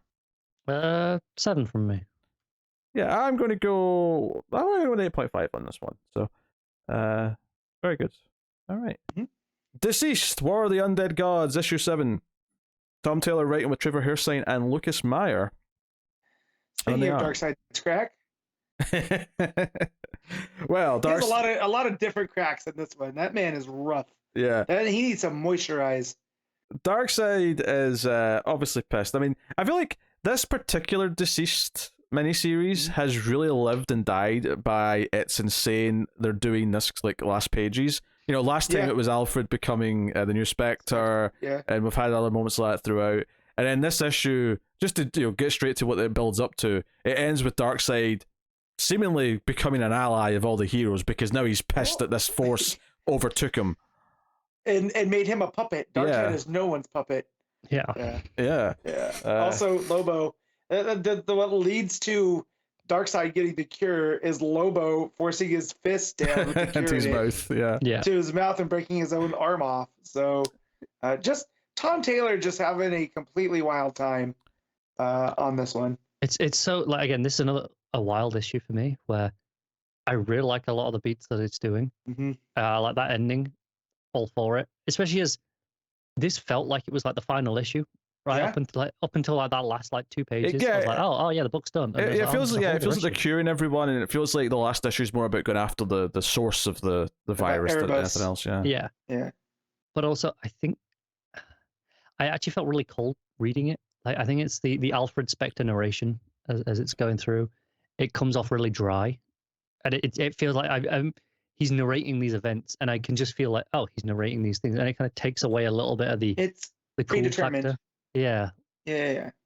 Hmm. So, but no, yeah, I get where you're coming from on that. Just a little bit feels stiff almost in terms of it's just here's what happened. It's just it's just a retelling of the story, but without any pizzazz to it.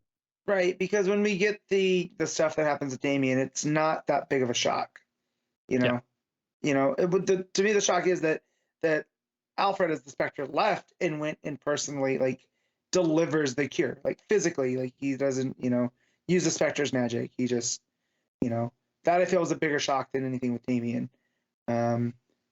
So I get where you're coming from on that coldness. I mean, I've been having fun with this miniseries. I do think this miniseries is probably the weakest of all the minis that have been part of DCeased. And I think it's not because the quality is necessarily any lesser. It's just because we're building up to the actual ending now. Because it feels like, okay, we're building up to an ending where they win and they save the day. And like the first DCeased also had that narration, but it had this kind of like tone to it because it was like, oh, this was the world before it ended, right? And it felt like we didn't know where it was going and like how dark it was going to get. Whereas here it kind of feels like we're building up to just the good guys by and large are going to win, and it's going to be a typical ending. It might be as well we're kind of a little bit used to it. Like in that first series, it was really stark to have that narration. It felt different. Whereas now I'm like, okay, I'm kind of maybe a little bit immune to just that feeling that it's trying to portray when like you say, it feels like it's getting towards a good ending, so to speak.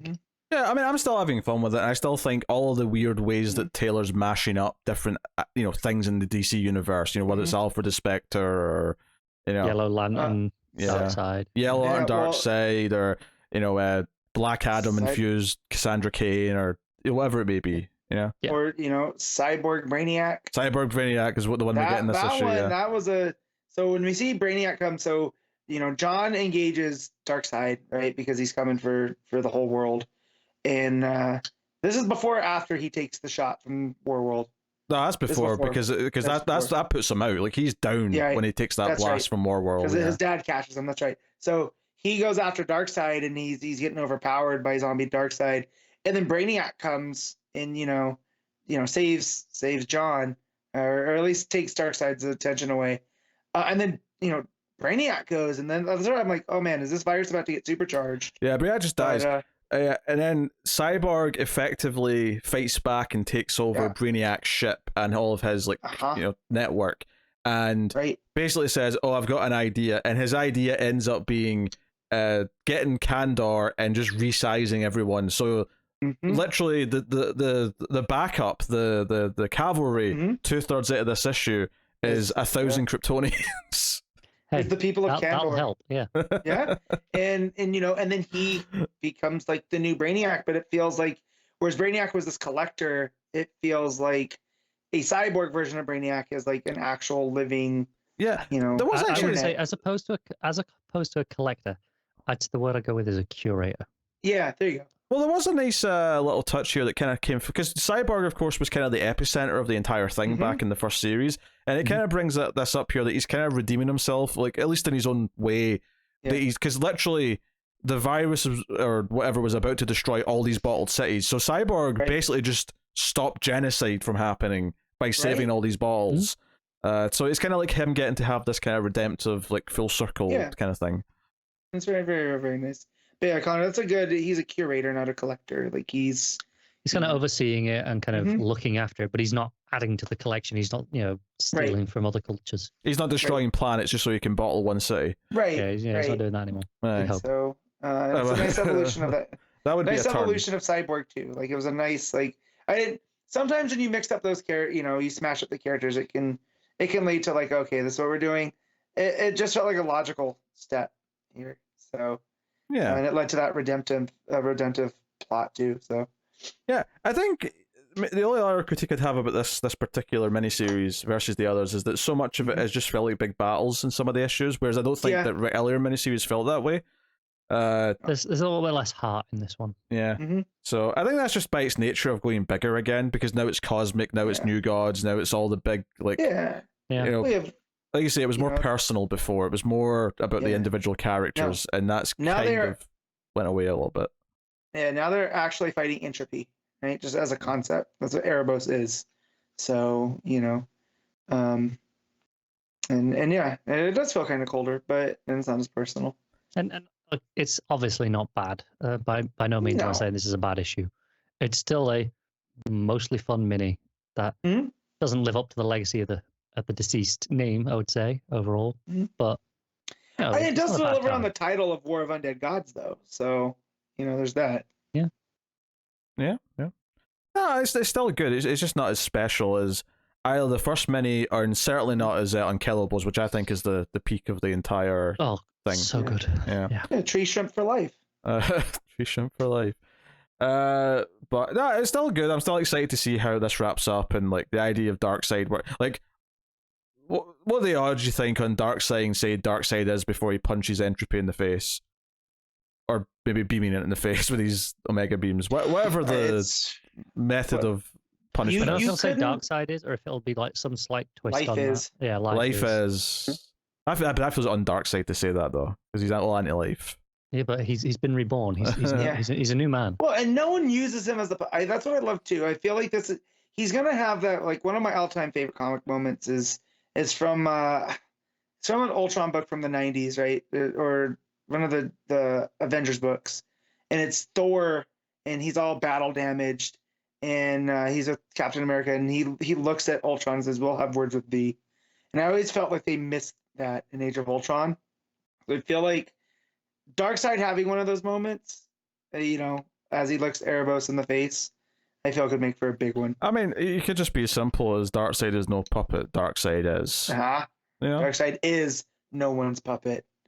Yeah. Well, no, because that's just a sentence. It's you have to end it with Darkseid is, otherwise it doesn't have the impact of the phrase Darkseid is.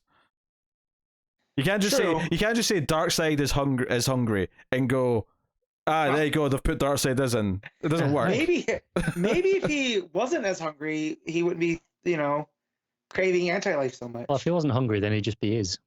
Right, true. Yes. Can't wait for the porn parody. Darkseid is horny.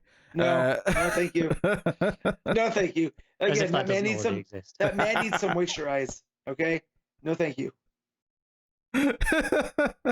That's your objection to Darkseid having his way with you, is that he needs to moisturize because he's too craggly. Yes. Come on, man. Friction. All right. So if he oiled up, you'd be all for it. That's fine. I'm not saying yes or no. I'm just saying fine. They'd be like, "Say it, Matt. Say it." And you'd be like, "Darkseid is. Darkseid is." No. There's ways to go about that joke that I'm not going to go down. And everyone at home, you're very welcome for that image that I have just put in your head. Thank you. That's what everyone wanted. Yeah. All right. What are we rating DCeased War of the Undead Gods? Matt, go. I'm going to go say straight 7. Connor. As is customary, I will be a little bit lower and give it a 6. I am happy to give it the 7. Much like Matt.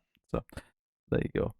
All right, GCPD, The Blue Wall, issue 6, the final issue, in fact. John Ridley writing with Stefano Raffaele on the art. So, it kind of worked out neatly that Connor was here for this last issue, because we're here for not last issue, but the one before that, where the big reveal was that Ortega. I think I did like the first one or two. Maybe the first one. I definitely did issue 4, and then at least one of the ones before that. So this was obviously there's a manhunt for him. The police all want him, and it very much becomes this kind of discussion of like the police just want to kill him, right? Most of the people in the force just want him dead. Doesn't matter what the order is. You see him, you shoot on sight. But that kind of becomes the order, and it's kind of this thing that Montoya at some point Montoya kind of goes along with. Yeah, Montoya kind of agrees to make that the official order, and the unofficial order at the very least. Yeah, you know what I mean. So it kind of becomes this thing she's struggling with, where by killing him, it doesn't justify anything he's done, but it's just kind of adding credence to the accusations, the manifesto, like all the things that he was saying about the department. Might martyr him a little bit. Yeah, turn him into a martyr. So she wants to try and take him in alive, and that's something both of his friends do. Although, in a nice little turn, both of his friends are at least in some way culpable for like tracking him down. Because one turns him in for seeing him. The other one has the phone and turns it into her.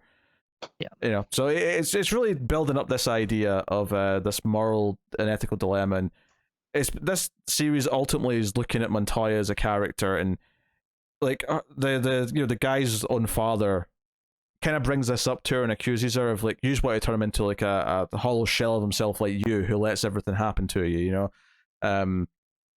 acknowledging that she must have some of the same history that he did. She must have been, a victim of racism. She must have been put down. Obviously, we've seen that anyway, but she acknowledges in this series that she struggled. She wanted to get to the top to change things. That was kind of part of her plan, and here it is, kind of just same old. Yeah, and the ultimate ending of it, where she does make sure he gets taken in alive. She convinces him that maybe he'll do more good if people listen to him. Although, of course, the media don't see it that way, because they just want to, like, because there's actually a chance that she might be seen as like someone who should step down, because she like goes on the press and says, hey, we failed. We he was a victim of a lot of these things, blah, blah, blah. The other cop she's talking to even is worried that this might turn like the public against a lot of the department because of like what he went through. But the media is like, oh, that's not like shiny enough. Like, it's more simple to just say, oh, Montoya's this hero who was able to bring him in and talk him down, and she's this great police commissioner. So it's kind of like pointing at some of the hypocrisy, and it just it ends with this final moment where Montoya kind of says she's a survivor, and that everything is learning, everything is like trying to like figure things out, and she got through what she got through when she was younger, and she's tried to do things and make things better in some ways when she got to the top, but fell victim to not helping in a lot of ways as well. And it's kind of this idea that she can't hold herself responsible for what happened, but ultimately she should do better. Yeah. So it's this really interesting just kind of look at trauma, whereas you get to the end of the story and you're kind of like, you don't blame Montoya for it, but it's almost this idea that, oh yeah, but there's also some culpability here, and some... It is. I think in some ways this is probably the least interesting issue, because it ends kind of the way it has to end, right? It has to end with Montoya kind of coming to terms with that, figuring out how she's going to go forward, kind of making that peaceful resolution, and kind of going against all the rest of the cops, going against the system herself, and kind of trying to, provide change from the top down. So it ends, it's all well done. Don't get me wrong, it's all really well done. It's just a little bit less interesting than some of the previous issues where it was these real explorations of these horrific moments, or, to various characters. Yeah, I think one detail that I really liked in here is one of the other cops says, the 6 people are dead. Shouldn't we, maybe turn on the signal? Gordon would have turned on the signal by now. And Montoya has an interesting little line where she says, maybe if Gordon hadn't leaned so much on Batman, we would we'd be doing, we could handle the real bad like right now. And then it sort of ties up with another line she has later where, Ortega's not going to have a nickname. He's way more dangerous. And specifically even says, a kid with an AR-15 is more dangerous than a clown or a penguin. And obviously in the context of the comic universe, that's not entirely true, because we've seen some of the horrific shit Joker's done to people, but I get why that line's there. It's trying to like almost be a meta bit of commentary. It's as well, Jamal, like there's still this everyday kind of terror that is out there for people. That even when the supervillains aren't doing their shit every other 2 weeks, like there's still, like I say, there's a kid with a machine gun shooting someone, and they need to be able to stop that without Batman. Yeah. And I think it's also the idea is that this character was created out of these normal things. There's this normal abuse happening to him in the system. This is, obviously, again, you're kind of like divorcing it from just regular comic book like logic a little bit. But, he was not created in Batman's world. Yes, we're in Gotham City, sure, but he was not created in Batman's world. He was not dropped into a vat of acid. He was not... It's very important that Batman just doesn't appear in this comic. This is meant to be a story about a very real problem with a person that could exist that is dealing with a very real serious subject. And the idea that, no, we don't call in Batman to fix that, because in the real world we don't have a Batman to fix, a mass shooter. We don't have a Batman to fix someone who's turned into an extremist because they're put through hell by their and it's entirely possible Ortega, mentally maybe he had some problems already, but the fact that he was radicalized further by the system that kind of they crushed him. Yeah, because it's not like his father's the best influence on him either. No, but also his father never, shot a bunch of people. That is also as far true. as we know. I'm pretty sure he didn't. I'm willing to say he didn't.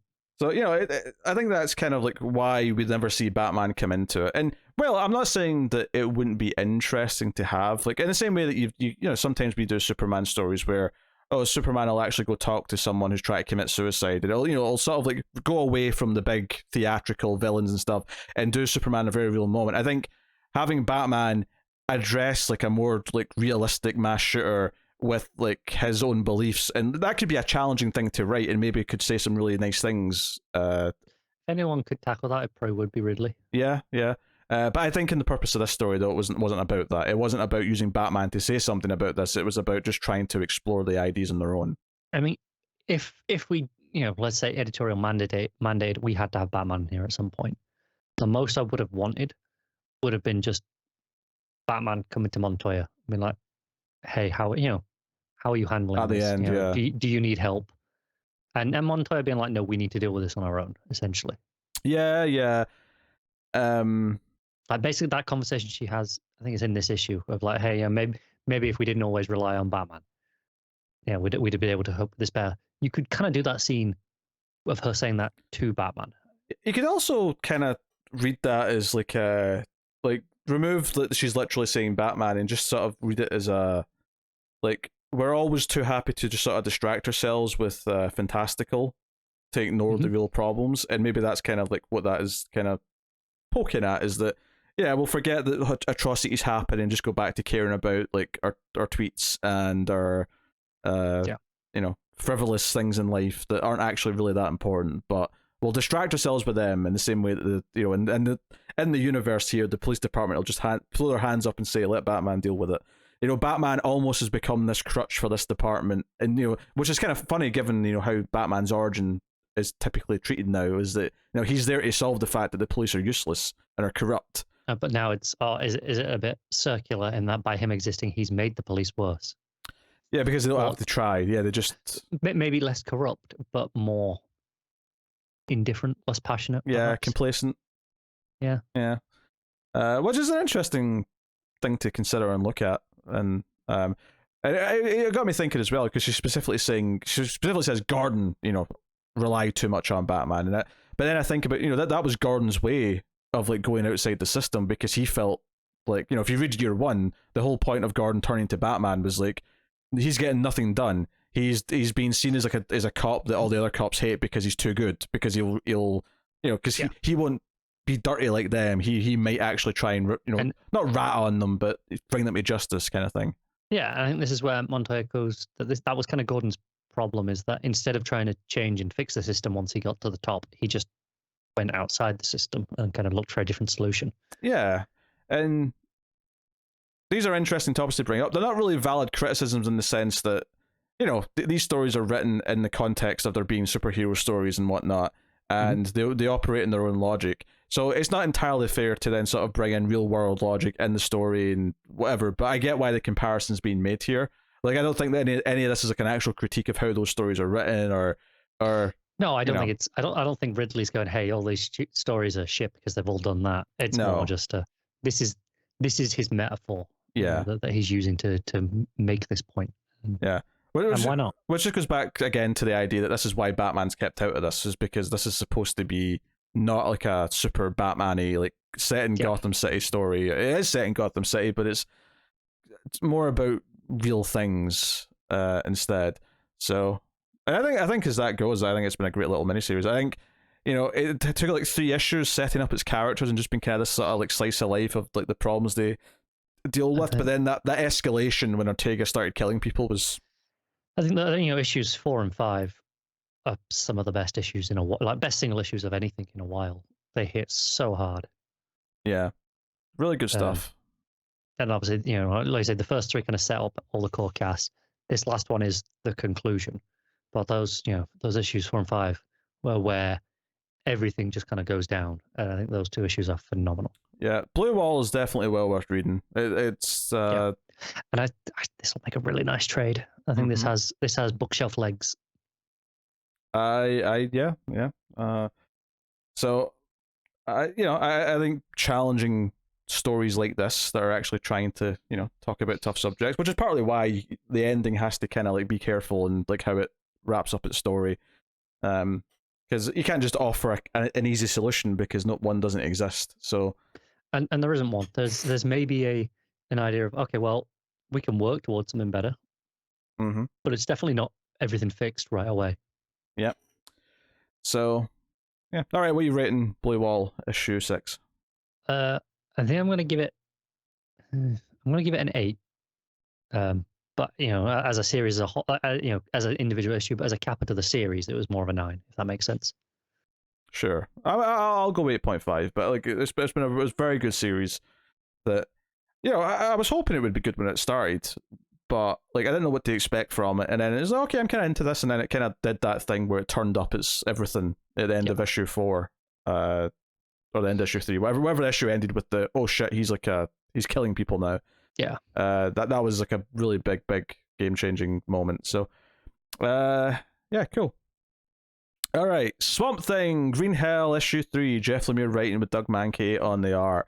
So this did not take almost 2 years to come out after issue 2, I'm happy to say. Nope. I think it was like a year and a half between the first 2 issues, right? Something like that, yeah. So, I mean, clearly, obviously, it's something catastrophic happened that delayed it. It's interesting because I'm sure both of these 2, Lemire and Mankhe, respectively, have been working on other things in the meantime, right? You think Lemire has? I mean, Lemire has all the time. Lemire definitely has. Yeah, but writers always done other stuff in the last year, right? I mean, writers always have like multiple things going, and Lemire's no different. If anything, you have to assume it's more on Mankey's side that for whatever reason this had to be pushed so long. Yeah. Maybe it was like a contractual thing where, oh shit, he's obligated to do something else and he can't push it, so maybe they have to wait on this or something. I don't know. But the big thing last issue was they went to see Maxine, or Constantine went to see Maxine, Animal Woman, as she's now known as, to try and get some backup for Swamp Thing, because we got the green and the red with the Raw attacking the world with all the monsters. And a lot of this issue is that, those fights, it's Swamp Thing struggling, barely surviving, seeing Teffy's little girl, but it's really the girl who's on the island that's been in the story. Right. All that stuff. And just some gorgeous art when things really go down, because it's all about convincing Maxine to show up and help, which she does. But that's not his only plan. He's got one last Hail Mary, and that's to basically make a new deal with the demon that he did owe his soul to, and be like, I'll finally give it to you, but you have to you have to superpower Swamp Thing. You have to give him all your power so that he can win the fight. Just loving that the demon first tells him no because you're Constantine, and I know you got a trick up your sleeve. That was, again, someone that hasn't read a lot of Constantine, but from what I know, that might be the most spot on description of Constantine, that not even the devil will make a deal with him. Yeah, it makes a lot of sense that Constantine ultimately will sacrifice himself to save the world, because it's the fitting end for him. But it does work, and it supercharges Swamp Thing. It goes from being the skinny version of Swamp Thing to being this monstrosity version of Swamp Thing. Which tells a lot about me, right? I love Bigfoot and big hairy monsters, So the fact that this emaciated skeletal Swamp Thing creeps me out more than almost anything else in this book, right? It just looks wrong. It gives me the creeps. But then once obviously the demon gives him his power, it's the opposite, where he's like boosts him. He's super huge and all the rest of it.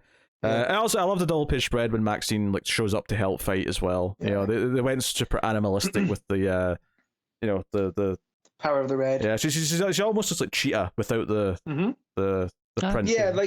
The more she uses the powers, the more bestial she appears. Yeah, right. Which is a nice touch. Also, I don't know if we brought this up before, but I shouldn't have been surprised that this is essentially Lemire finishing the whole Rot World story. Yeah, I mean, I think we said that last time when. Okay. Yeah, because the idea of him. bringing in the red because he's talking about the green, and he's bringing in an Animal Man character to sort of wrap that side of things up. Yeah, it very much is kind of like it's basically his what's that? When Bendis came back and did that one Daredevil story. The end. No, it wasn't called the end. It was like no. What was that? It's really good. I think we all know the story. Yeah, we all know what I'm talking about. It's like an 8-issue mini, right? Yeah, so he came back years after he did his run and did this mini that sort of was End like, of Days. End of Days. So it's like, you know, or the Dark Knight Returns for Batman. It's meant to be this kind of capper to come back and like do the end of Swamp Thing, the end of Alec Holland. I think this one's slightly more interesting than either of those. Not that I'm saying those two are it's bad books or anything. This is an ending to a specific story. Yeah. As opposed to all of Swamp Thing. Sure. Yeah. Well, and that's what I mean. So like they're playing with the ideas, like where the whole crux of during Snyder's Swamp Thing and Lemire's Animal Man is that the Parliaments are kind of gotten out of control. They've lost their touch to humanity, and here is that endgame. Like, what does the Earth look like when they finally are just like, no, we're done with humans. Like, we don't want it at all. And you know, but humanity has that spark. Like, where's that compassion and hope come from? And of course, it's this little girl that believes. Yeah, I mean, obviously this boils up to the point where after they win the fight, they go back to their respective, like, you know, red and green and like kill the Parliaments and be like, no, you're starting again. Like, we're done with this shit. And you know, the ending being the little girl, like, you know, so the old guy with the golf club like comes to save her from one of the great looking monsters. Looks great. It's this purple, pinky, like blobby thing, spidery, lobstery thing. But he dies, so they actually like they have his golf club sticking out of his grave at the end. I thought that was really funny. But she, like, you know, she touches the grave and, like, you know, the green and the flowers like blossom from it, and it's like, oh shit, she's got, you know, Swamp Thing powers or something. She's like, well, and to me, I read that as, you know, the Parliaments are gone now, and that the green and the red are now, you know, amongst the people. It's where they belong, right? It's more like a return to nature. I got maybe it was like Alec Holland was kind of, you know, as the last bastion of the green without the Parliament, so to speak. He gave her power, Gave it to her. Yeah. I sort of took it as that as well, and it kind of makes sense that she can help rebuild some of the Earth by actually literally giving it life and be like, hey, here's, you know, life can flourish now again. So, you know, I liked all that stuff. I liked, you know, the monsters have always looked great ever since they started showing up in issue 1 of this. The fighting looks great as well. I think inherently this issue is probably the least like tantalizing one because it's just finishing everything off. Like, there's some great ideas in here. You know, Constantine like sacrificing himself. That's a really great idea. All the stuff, all of that back and forth between him and Deadman was cracking me up. Yeah. But I think the first issue was so good, and I think probably my best of the 3, just because it was introducing all these ideas, and you had the evil Swamp Thing that the Parliament sent. So, it was a little bit unexpected as well. Like, we didn't know what that was going to be going in. There was a sense of dread and, you know, ominousness going on to. And then it was nearly 2 years of building that up in your mind. For the next issue. But no, I mean that. The way that. I was gonna say that 2-page spread where Swamp Thing is like supercharged right after the powers come up through the Earth, and he's, you know, and he looks like, I don't even know, he looks like a kaiju. He's like kaiju Swamp Thing, like taking on all these monsters. Yeah. Yes, please give me that book too. Right? Kaiju Swamp Thing. It's very colorful because they're all different colors. Like, he's green. There's like flames behind him, which is orange and yellow, and then around like all the other monsters are all like purples and yellows and like dark blues. Yeah. But explosion, it's a color explosion. You know, it's a gorgeous book. Like when Matt Shelley and Darkseid is, and there's a colorful explosion at the end of that. This is what a Darkseid jizz shot looks like. Oh, good lord. I was gonna say something nice about the book, and now on that, I joined the base cat. So how do we say anything after that? You can't. Oh, I was gonna talk about Doug Mankey being the perfect artist for this, because like when I think back to his Green Lantern Corps stuff, and he did a lot of just on the colorful aspect. He did all the different cores back in those days. You know. This doesn't say but he also does like the shadowy, creepy stuff. So like the creatures here, and I just remember his drawing of Crib from Green Lantern. Just a complete monstrosity. Very point out here as well. There's David Barron is the colorist doing a lot of the heavy lifting in those elements specifically. Yeah, absolutely. And I loved even just the panels of when they're traveling down to their parliaments to like destroy them. There's these like panels of like it's like so there's one for Swamp Thing and one for Maxine. And it's basically just like they're flying through lightning, but green lightning for Swamp Thing, and it's like red lightning for her. I mean, maybe it's like it looks like lightning. Maybe you could argue it's actually roots or blood veins and vessels for her because it's the red. Either way, art is killing it. We obviously see Sean Mole is a co-artist on this. I don't know how much they're contributing. I don't know what the split is here. I'm not entirely sure because it looks like Mankhe most of the time. Like I didn't notice any big shifts. Yeah, I didn't notice switching between artists. I don't know if it's a case of maybe they were kind of finishing off some of the pencil. Yeah, like if Mankey's doing the pencils and they're crediting it that way instead of an inker, perhaps. Well, because Mankey usually also him and Gleason both ink their own work usually, so maybe it was just to help out there too. And if it is just straight up fill in on some pages, then they've done a phenomenal job. Oh yeah, because I can't see it at all. Because I cannot tell you, this page is this artist and that page is another one. Right. Yeah, so, I agree. Huge credit for that. I think it's really good. Obviously, the happy ending for Swamp Things, he gets to go back to his green afterlife with Abby and Teffy. So he gets his happy ending. Maxine presumably just still alive. Where she was before. As the Red, as a member of the Red, that makes sense. It's the living parliament. So I also like how they kind of dismiss the Rot. They're like, the Rot's nothing without us. They'll follow our lead. They'll behave. Right? Yeah. It was kind of like we did all that once before with Brotworld. Don't worry about it. It was basically like they need. And it's the same argument that Constantine kind of gives the demon. Is like, hey, if the world survives and that's still a pipeline for more souls, like you kind of win either way. Yeah. So the Rot's the same. The Rot needs life to be there in the first place, so that there can be something to rot. So it makes some amount of sense. But it was really good. As much as I'm saying neither issue 2 or 3 was as amazing as the first issue. That's not to put it down or not say that this is a great big 150 page story ultimately when it's all put together. Yeah, give or take, this will probably be the same length ish as your average 6-issue trade. Yeah, probably just a little bit over. Yeah. That's what I said, give or take. Yeah. So they'll still make another great trade for DC's bookshelf. This and Ram V's, I need to go and read the Alan Moore Swamp Thing finally. Just because I feel like that's a gap that I have. And now I have, the end of this story. It's very much the foundation for what a lot of modern Swamp Thing writers, they've clearly all read that run and they're clearly pulling from it and using that as their basis. And the inclusion of Tefe here in in the same way that Batman's obviously more widespread, but every modern Batman writer has read your one. They just have I couldn't find it. The watch. I actually was it telling you to go and read year 1? Yeah, basically. So, Cyborg Brainiac's coming through Matt's watch. It is the curator. Matt, you've got one response from Tinder, but it's not Darkseid. Sorry.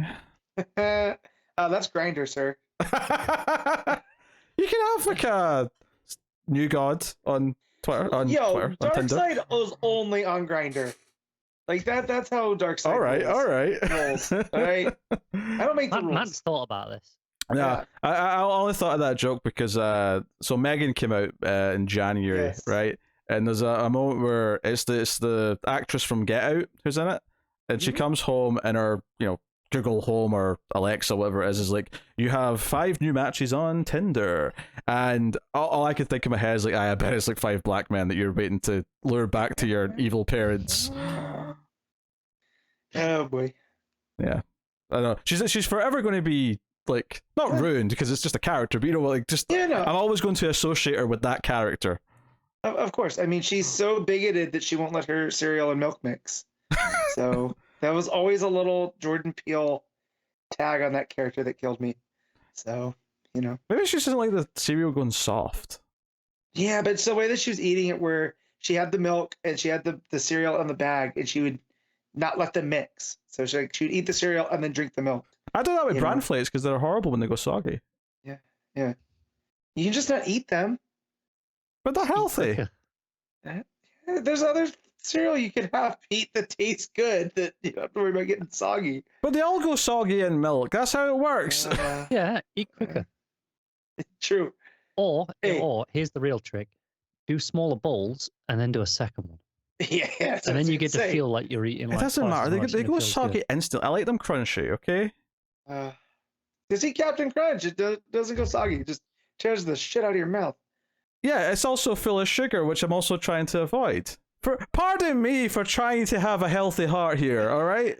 Yeah, I get you. Frosted mini wheats also exist that combine, the sweet with the, exactly. You enough fiber to give you problems. You just said frosted though. You said I'm trying to avoid the extra sugar. That's how this. Look, Pete, I'm just saying for breakfast, you can go two ways. You can go bran flakes, or you can go Fruity Pebbles with marshmallows, like I did this morning. Or you just do the middle, right? There's a middle path.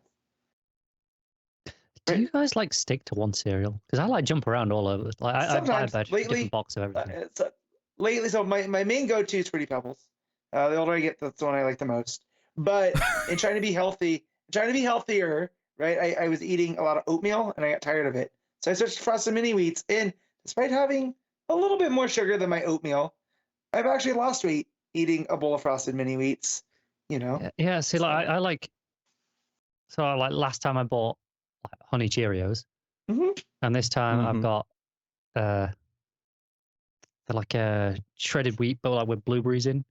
Oh, that's good. And before the Honey Cheerios, I had Special K, but the red berry ones. It's like brown flakes with fruit in it. It's like you got to mix it every time you buy a box of cereal. It's got to be. You brought up the Honey Cheerios. I really thought you were gonna go with the apple cinnamon Cheerios and then the frosted Cheerios, and that's your variety. You're still eating Cheerios, but they're just different flavors. I only really like the Honey Cheerios and the regular ones, and I don't really eat regular ones that often because there are better things out there. Yeah. If I'm gonna get a boring cereal, I'll just get. Damn, I was gonna go get a burger, but I might just have cereal for dinner now. I gotta get some cereal. Yeah. Sounds pretty good. But Pete, you can have a little bit of sugar. I mean, I don't know how much other sugar you're eating. Matt, that's the point. I have plenty of sugar elsewhere in my diet. I have decided to not have any of it in breakfast. Oh man. It's simple, right? I eat plenty of other junk. I'm fine. Yeah, but at least get the Special K ones where it's you got some fruit in it. You know what? Mix it up. I'm still gonna go get a burger, but then I'm gonna go get a concrete from CJ's frozen custard with cereal in it. So it's like I'm having cereal. Oh, custard is disgusting. No. I would like to second that, but custard and cereal. So yeah, it's frozen custard, so it's more like an ice cream, right? It's more like a soft serve type deal, right? And so you get the vanilla, and then you get cereal in it. No. Yeah. You people do things wrong. It's not actual custard. It's just the egg and fat content in it makes it not ice cream, right? It's basically ice cream. It's just called frozen custard for whatever reason. The Midwest is weird. I don't know what to tell you guys. All right, this has went off the rails, and all just because I have a simple enough healthy breakfast every day. No. What happened was you brought up a Tinder joke from Megan, which led us to get out. Which led us to this was all your fault. I was ready to move on quite quickly, but then it became let's attack Peter for his breakfast choice. I'm not attacking. I'm just trying to help you that you don't have to have bran flakes by themselves. That's all. Just trying to get you to enjoy cereal a little bit. I've enjoyed cereal in the past. I don't need to enjoy cereal anymore. It's fine. I can enjoy my other 2 meals in the day. You should enjoy every meal of the day. No, I can't. No. That's the. Hey, viewers, listeners, friends, just send Pete a box of Lucky Charms just marshmallows. I don't like marshmallows, Matt. I'm not gonna like them. What? Right. Then do it doubly, guys. Send him 2 boxes. I don't like marshmallows, so I'm not gonna like cereal with marshmallows in it. No, it's not cereal with marshmallows. It's just the marshmallows from cereal. All right. Okay. Well, in that case, I'm definitely not gonna like it. Okay. All right. Let's get to going. I'm hungry now. Connor just has 2 Patreon books, so we're going to be here for another 3 hours. Well, that's all that's left. Did we read this book yet? I want to talk about these. No. I don't know, Connor. You're very thorough because Patreon, you give the people what they pay for. I don't think it actually goes that long. It just feels like an eternity. I was going to say something else, but I'm not. I'm going to save the sanctity of friendships. Mhm. That's also what It's the Matt first says time about for Darkseid. Thank you. It doesn't take that long, but it feels like an eternity. There's a reason why he craves the anti-life.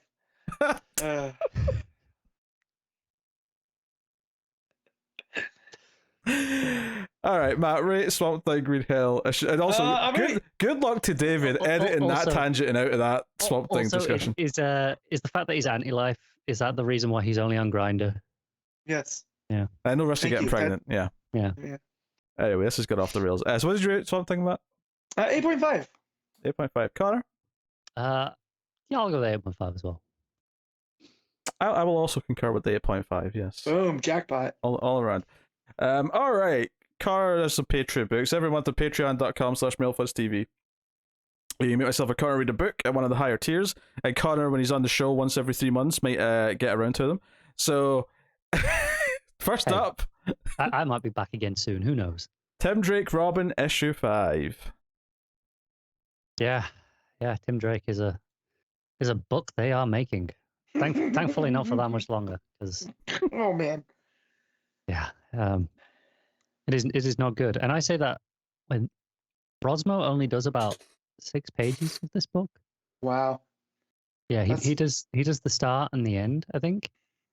Yeah, he does not do all of it. The other artist is, let me find a credits page with a name. There's not going to be one. Never mind. Is it Rosmo-esque or is it completely different? It's I don't know if it's just the colors that are making it silly. It's not. Goes from Riley Rosmo to Gillen March. I might just kill myself. Talking about anti-life. No, it's Ricardo Lopez Ortiz is the other artist, and it is significantly better. It's still like not my favorite art, but it's not as hyper stylized with all the round heads and everything. They are reasonably regular shaped heads. It's still like really flat on the colors though, which it's just to keep it consistent, but it still makes it feel like the same book, which normally is a good thing. But in this case, I would really have liked it if 3/4 of this book felt different. Let me just sum this up by telling you why this book is bad. This issue features Tim Drake vomiting on a shark to win. Yeah, that's the actual solution. Poor Tim. How the best Robin has fallen. Batman. Yeah. Because the villain who has been found, so he's been since the start of this book sending all the clues and like the various murder mysteries, kind of like the classic ones has been referenced. Basically pretends to be Bernard, dresses up, he's kidnapped him, obviously. That was kind of where it left last issue. And it tries to play it off as it has been him the whole time, but no, it's this other guy from the marina called James, who I do not remember what at all, but I guess he was there in the background at some point. But yeah, he's got stuff going on, and he's like created all these things like he did before, like all the different animals, and but there's a sign of like salt, like this alchemy sign for salt. That's like, okay, so that's what they're made of. That's their weak, so the weakness is acid. So Tim just has to run around finding different sources of acid to throw on the different things. So he gets like some like acidic paint. It gets like, I think there's like lemon juice at one point. And then it gets to the last one, and it's this shark that's just coming towards him over the land. It's like shapeshifting into this shark, and it's coming towards him. I don't know how. Don't ask. I guess there are like legs on the underneath of this shark that's like pushing it along the floor. And he's like, all right, I guess this is the last one, and then sticks his fingers down his throat and throws up on the shark. And then stands there and goes, "You're no match for me. I was trained by Batman." Did Batman teach him that technique, did he? Literally, word for word, his is, because you're no match for me. I may not have been raised by Batman, but I was trained by him. Like, you just threw up on a shark. Because Batman throwing up. Pretty much. Yeah, like It's so bad. I don't understand. Like, how did this book get here? Like, how are they doing this to Tim? Should have called this issue Two Dark Sides, One Cup.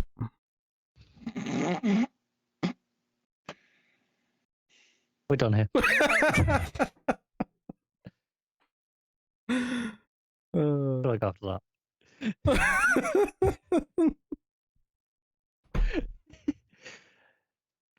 So, yeah, like the art for the most part is better than every other issue of this book because it's mostly not Rosmo. But it's not the best art either, but it's better. So, significant positive there. However, the writing is amongst the worst that this book has had. And I've not been over the moon on the writing anyway. I've been kind of not into it for the most part. Liked maybe a thing here or there. But yeah, no, this one's where it really lost me on the writing as well. Like, I'm completely out on that. There's even when you give me most of this book with a different artist, it is still irredeemable and one of the worst issues of the book yet. I can't believe I've got to read more of this shit. It's so bad. It's this is like a solid 3 out of 10. No. Wow, I'm gonna give it a 2. I hated this issue. I really did. Okay. He's wasting Tim. All right. That'll take Connor on to his other Patreon book, which is Undiscovered Country, issue 21. Yeah, so we're still in this arc where we're in, the latest world. We're jumping around in time. We've got 2 sets of characters. One are kind of in this future where they have kind of caused World War III. They're with like a resistance group who kind of thinks they're the good guys for starting it because the US the US basically took over everywhere and they're the resistance now. The US is literally a global empire. There is no free country left. There are only, pockets of resistance within those countries. And they are in, they've got a base in what I think is meant to be Chernobyl, because they talk about being, the famous Forbidden City. There's a sign saying, no entry radiation. But it's harder to tell because everything's gone. Like, it's a literal hole in the ground. They talk about anything that couldn't be kind of Americanized, they just obliterate, which is why, again, I'm assuming this is Chernobyl because, you're in, Ukraine, that region. It's not America, clearly, so it had to be, converted. So they're running there with Pavel, who was in like the first arc and kind of died in the Destiny Man arc, which is why I don't believe any of this is happening. Like, I don't know. I'm not entirely sure where some of this is going. It's not bad, but it feels not aimless because it definitely has a direction, but it's really not letting the audience in on what that direction is right now.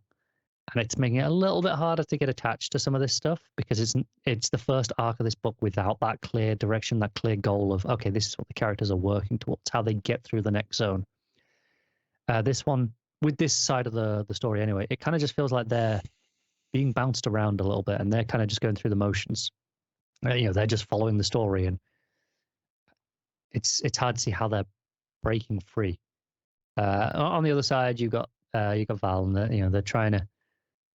They're ended last time with them being on Pearl Harbor. They're there on the day of the attack, and they're like, "Shit, we got to get out of here." And when they start mentioning the attack, some soldiers are like, "What attack? Wait, you guys are spies?" So they're having to like fly away on their drone, and they're kind of, it's very like Mary Poppins-esque is the way it's drawn, like on the umbrella, like, but they're holding onto the drone. Mm-hmm. It looks great, the way it kind of really colorful, like really flat colors that suits like the time period. Looks great, and they do find Sam for them, and they're like, right, okay, let's go further forward. Give us a hand. As the bombs are dropping, they teleport and they think, okay, where now? We've got to move further forward again because they went forward about 150 years from the previous one, and nope, they are in the middle of the Civil War, and that's kind of where they're stuck.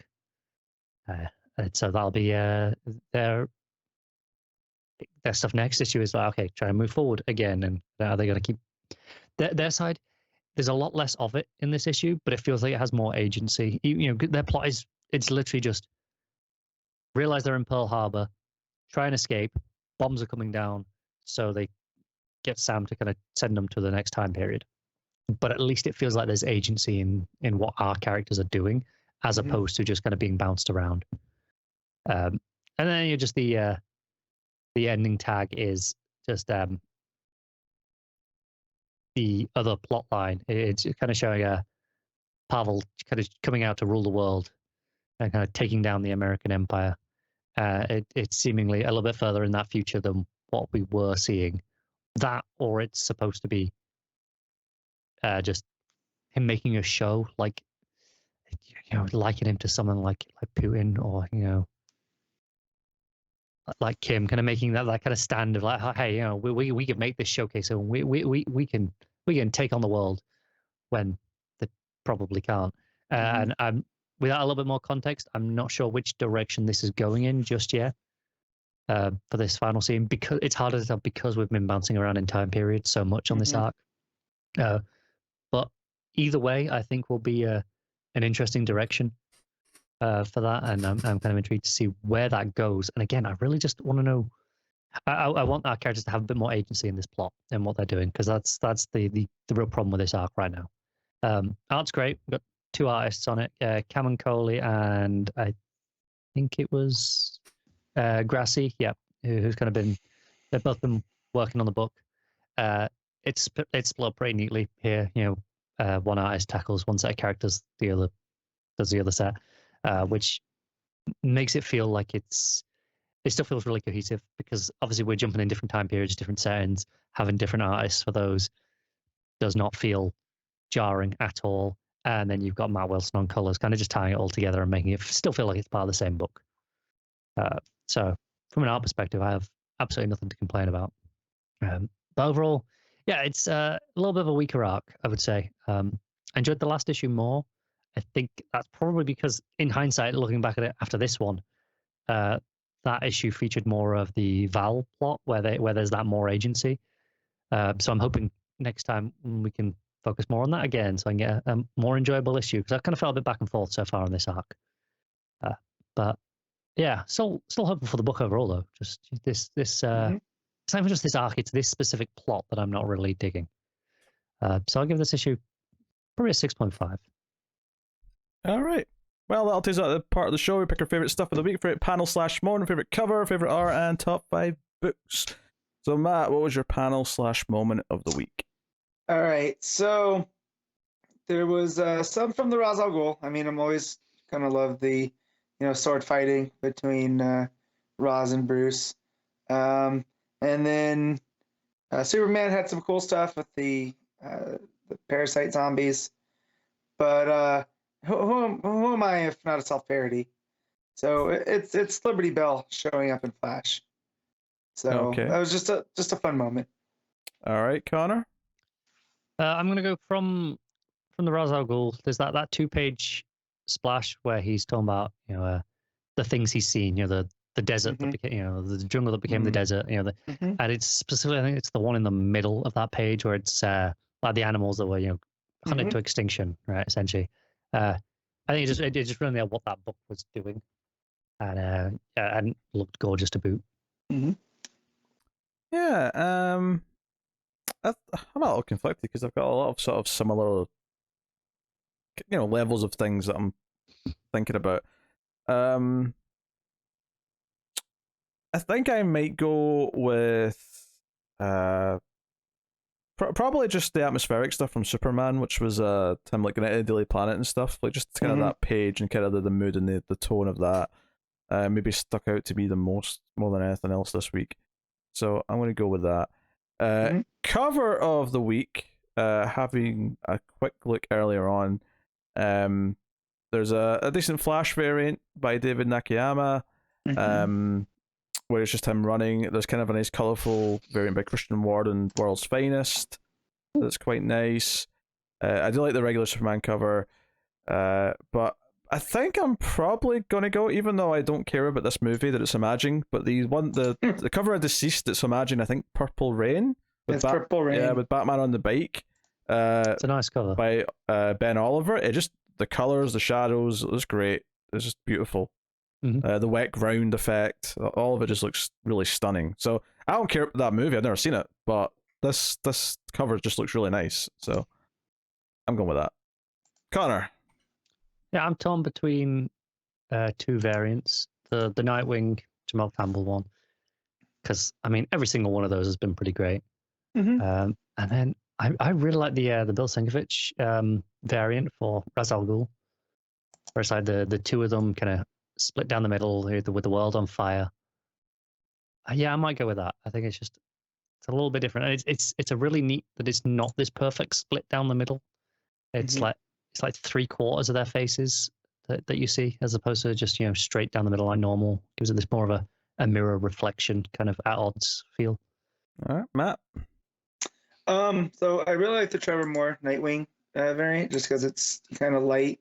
It's all got all the Titans like at a ice cream shop. Mm-hmm.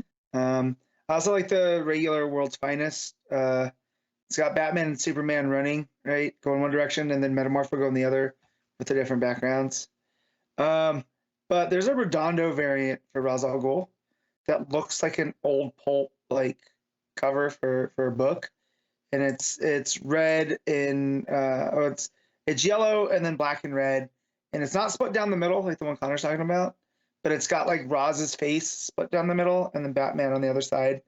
It's really striking, and kind of it reminds me of like when Ra's al Ghul first came around. It definitely feels like that could be like a cover from like the 40s or 50s.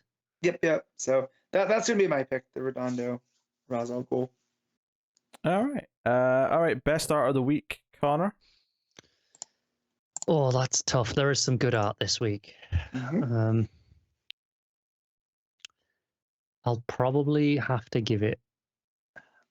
I'll probably give it to Green Hell. I think that book just nails it. But it could have been Ivan Reis for Ra's al Ghul. It could have been Dan Mora quite easily. Yeah, I mean Jamal Campbell for Superman. Like, yeah, it's a good week for art. Yeah, I think I'm going to give it to Mora. I think obviously Mankhe was great on Green Hell, and there's some great pages in there. But I think as a whole, I was just kind of in love with almost every page of World's Finest. So I'm going to go with that. Matt? Did no one shout out Nightwing? Because I'll shout out Nightwing. But Dan Mora. If Dan Mora's in the contest, I have to. Mankhe was strong too. He guys brought up everything else. Yeah. But, yeah. And I'd be lying if I say part of my choice for Mankhe wasn't that, well, I'm going to have another Dan Mora issue next month. True. Yes. You're worried that you're snubbing something, or not worried you're snubbing something because you can give it the award next time. Yeah, exactly. Yes. That's no one's ever done that before, right? All right. So Scorsese would like to have a talk with you. Ranking the top 5 books of the week, then Matt, on you go. All right. So number 1 for me is going to be One Bad Day, Ra's al Ghul. 2 is going to be Superman. No, 2 is going to be Green Hell. 3 Superman. 4 World's Finest. 5 Nightwing. All right. Car? So Ra's al Ghul, and then I think Blue Wall, and then Green Hell. But those two are so close, like they could be either way around. After that is Nightwing in 4, and then probably Superman for the 5th spot. Yeah, I think my number 1 is probably Blue Wall, and then number 2 is Swamp Thing, Green Hell. Number 3 is Nightwing. Number 4 is One Bad Day.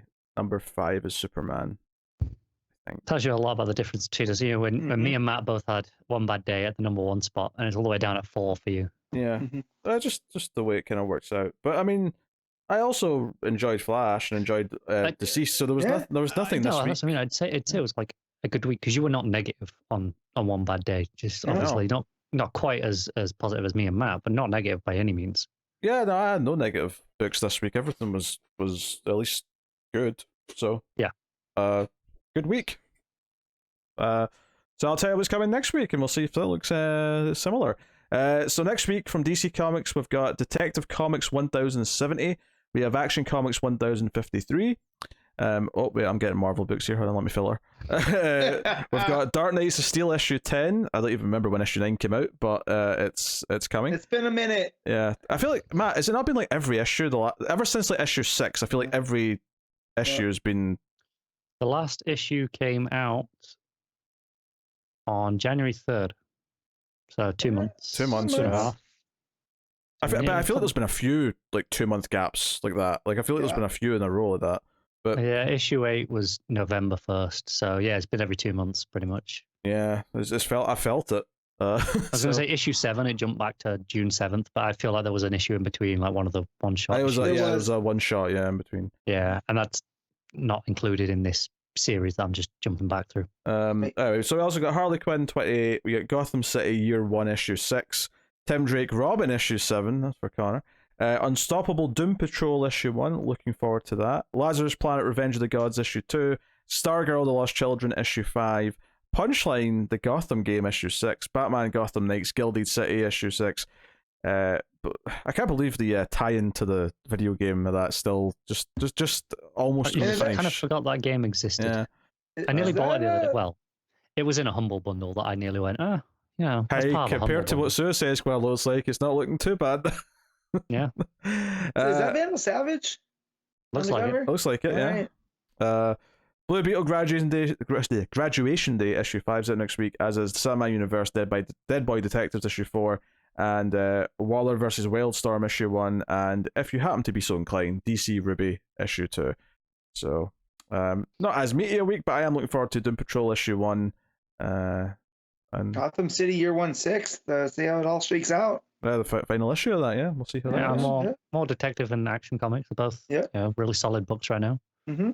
Yeah, so we'll see how they wrap up. But that'll pretty much bring an end to the show. That'll bring an into episode 349.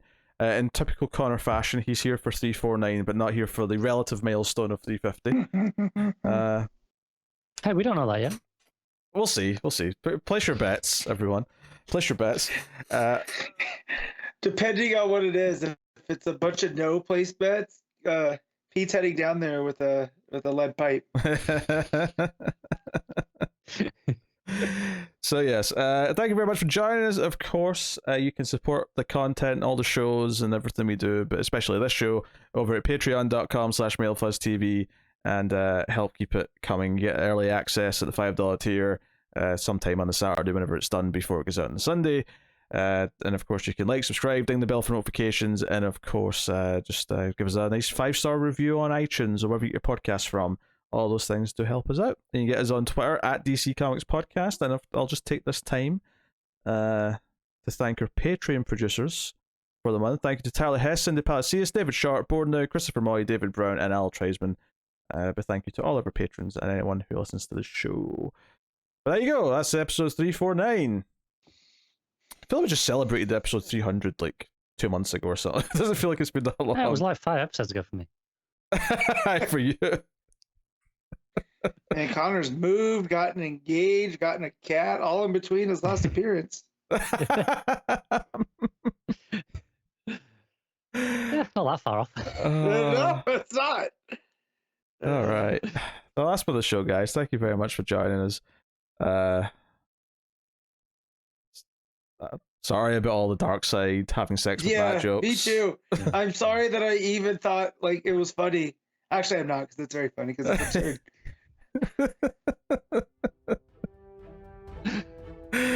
So thank you very much. We'll see you next time. Keep reading DC Comics, and remember to never get lost at the Speed Force.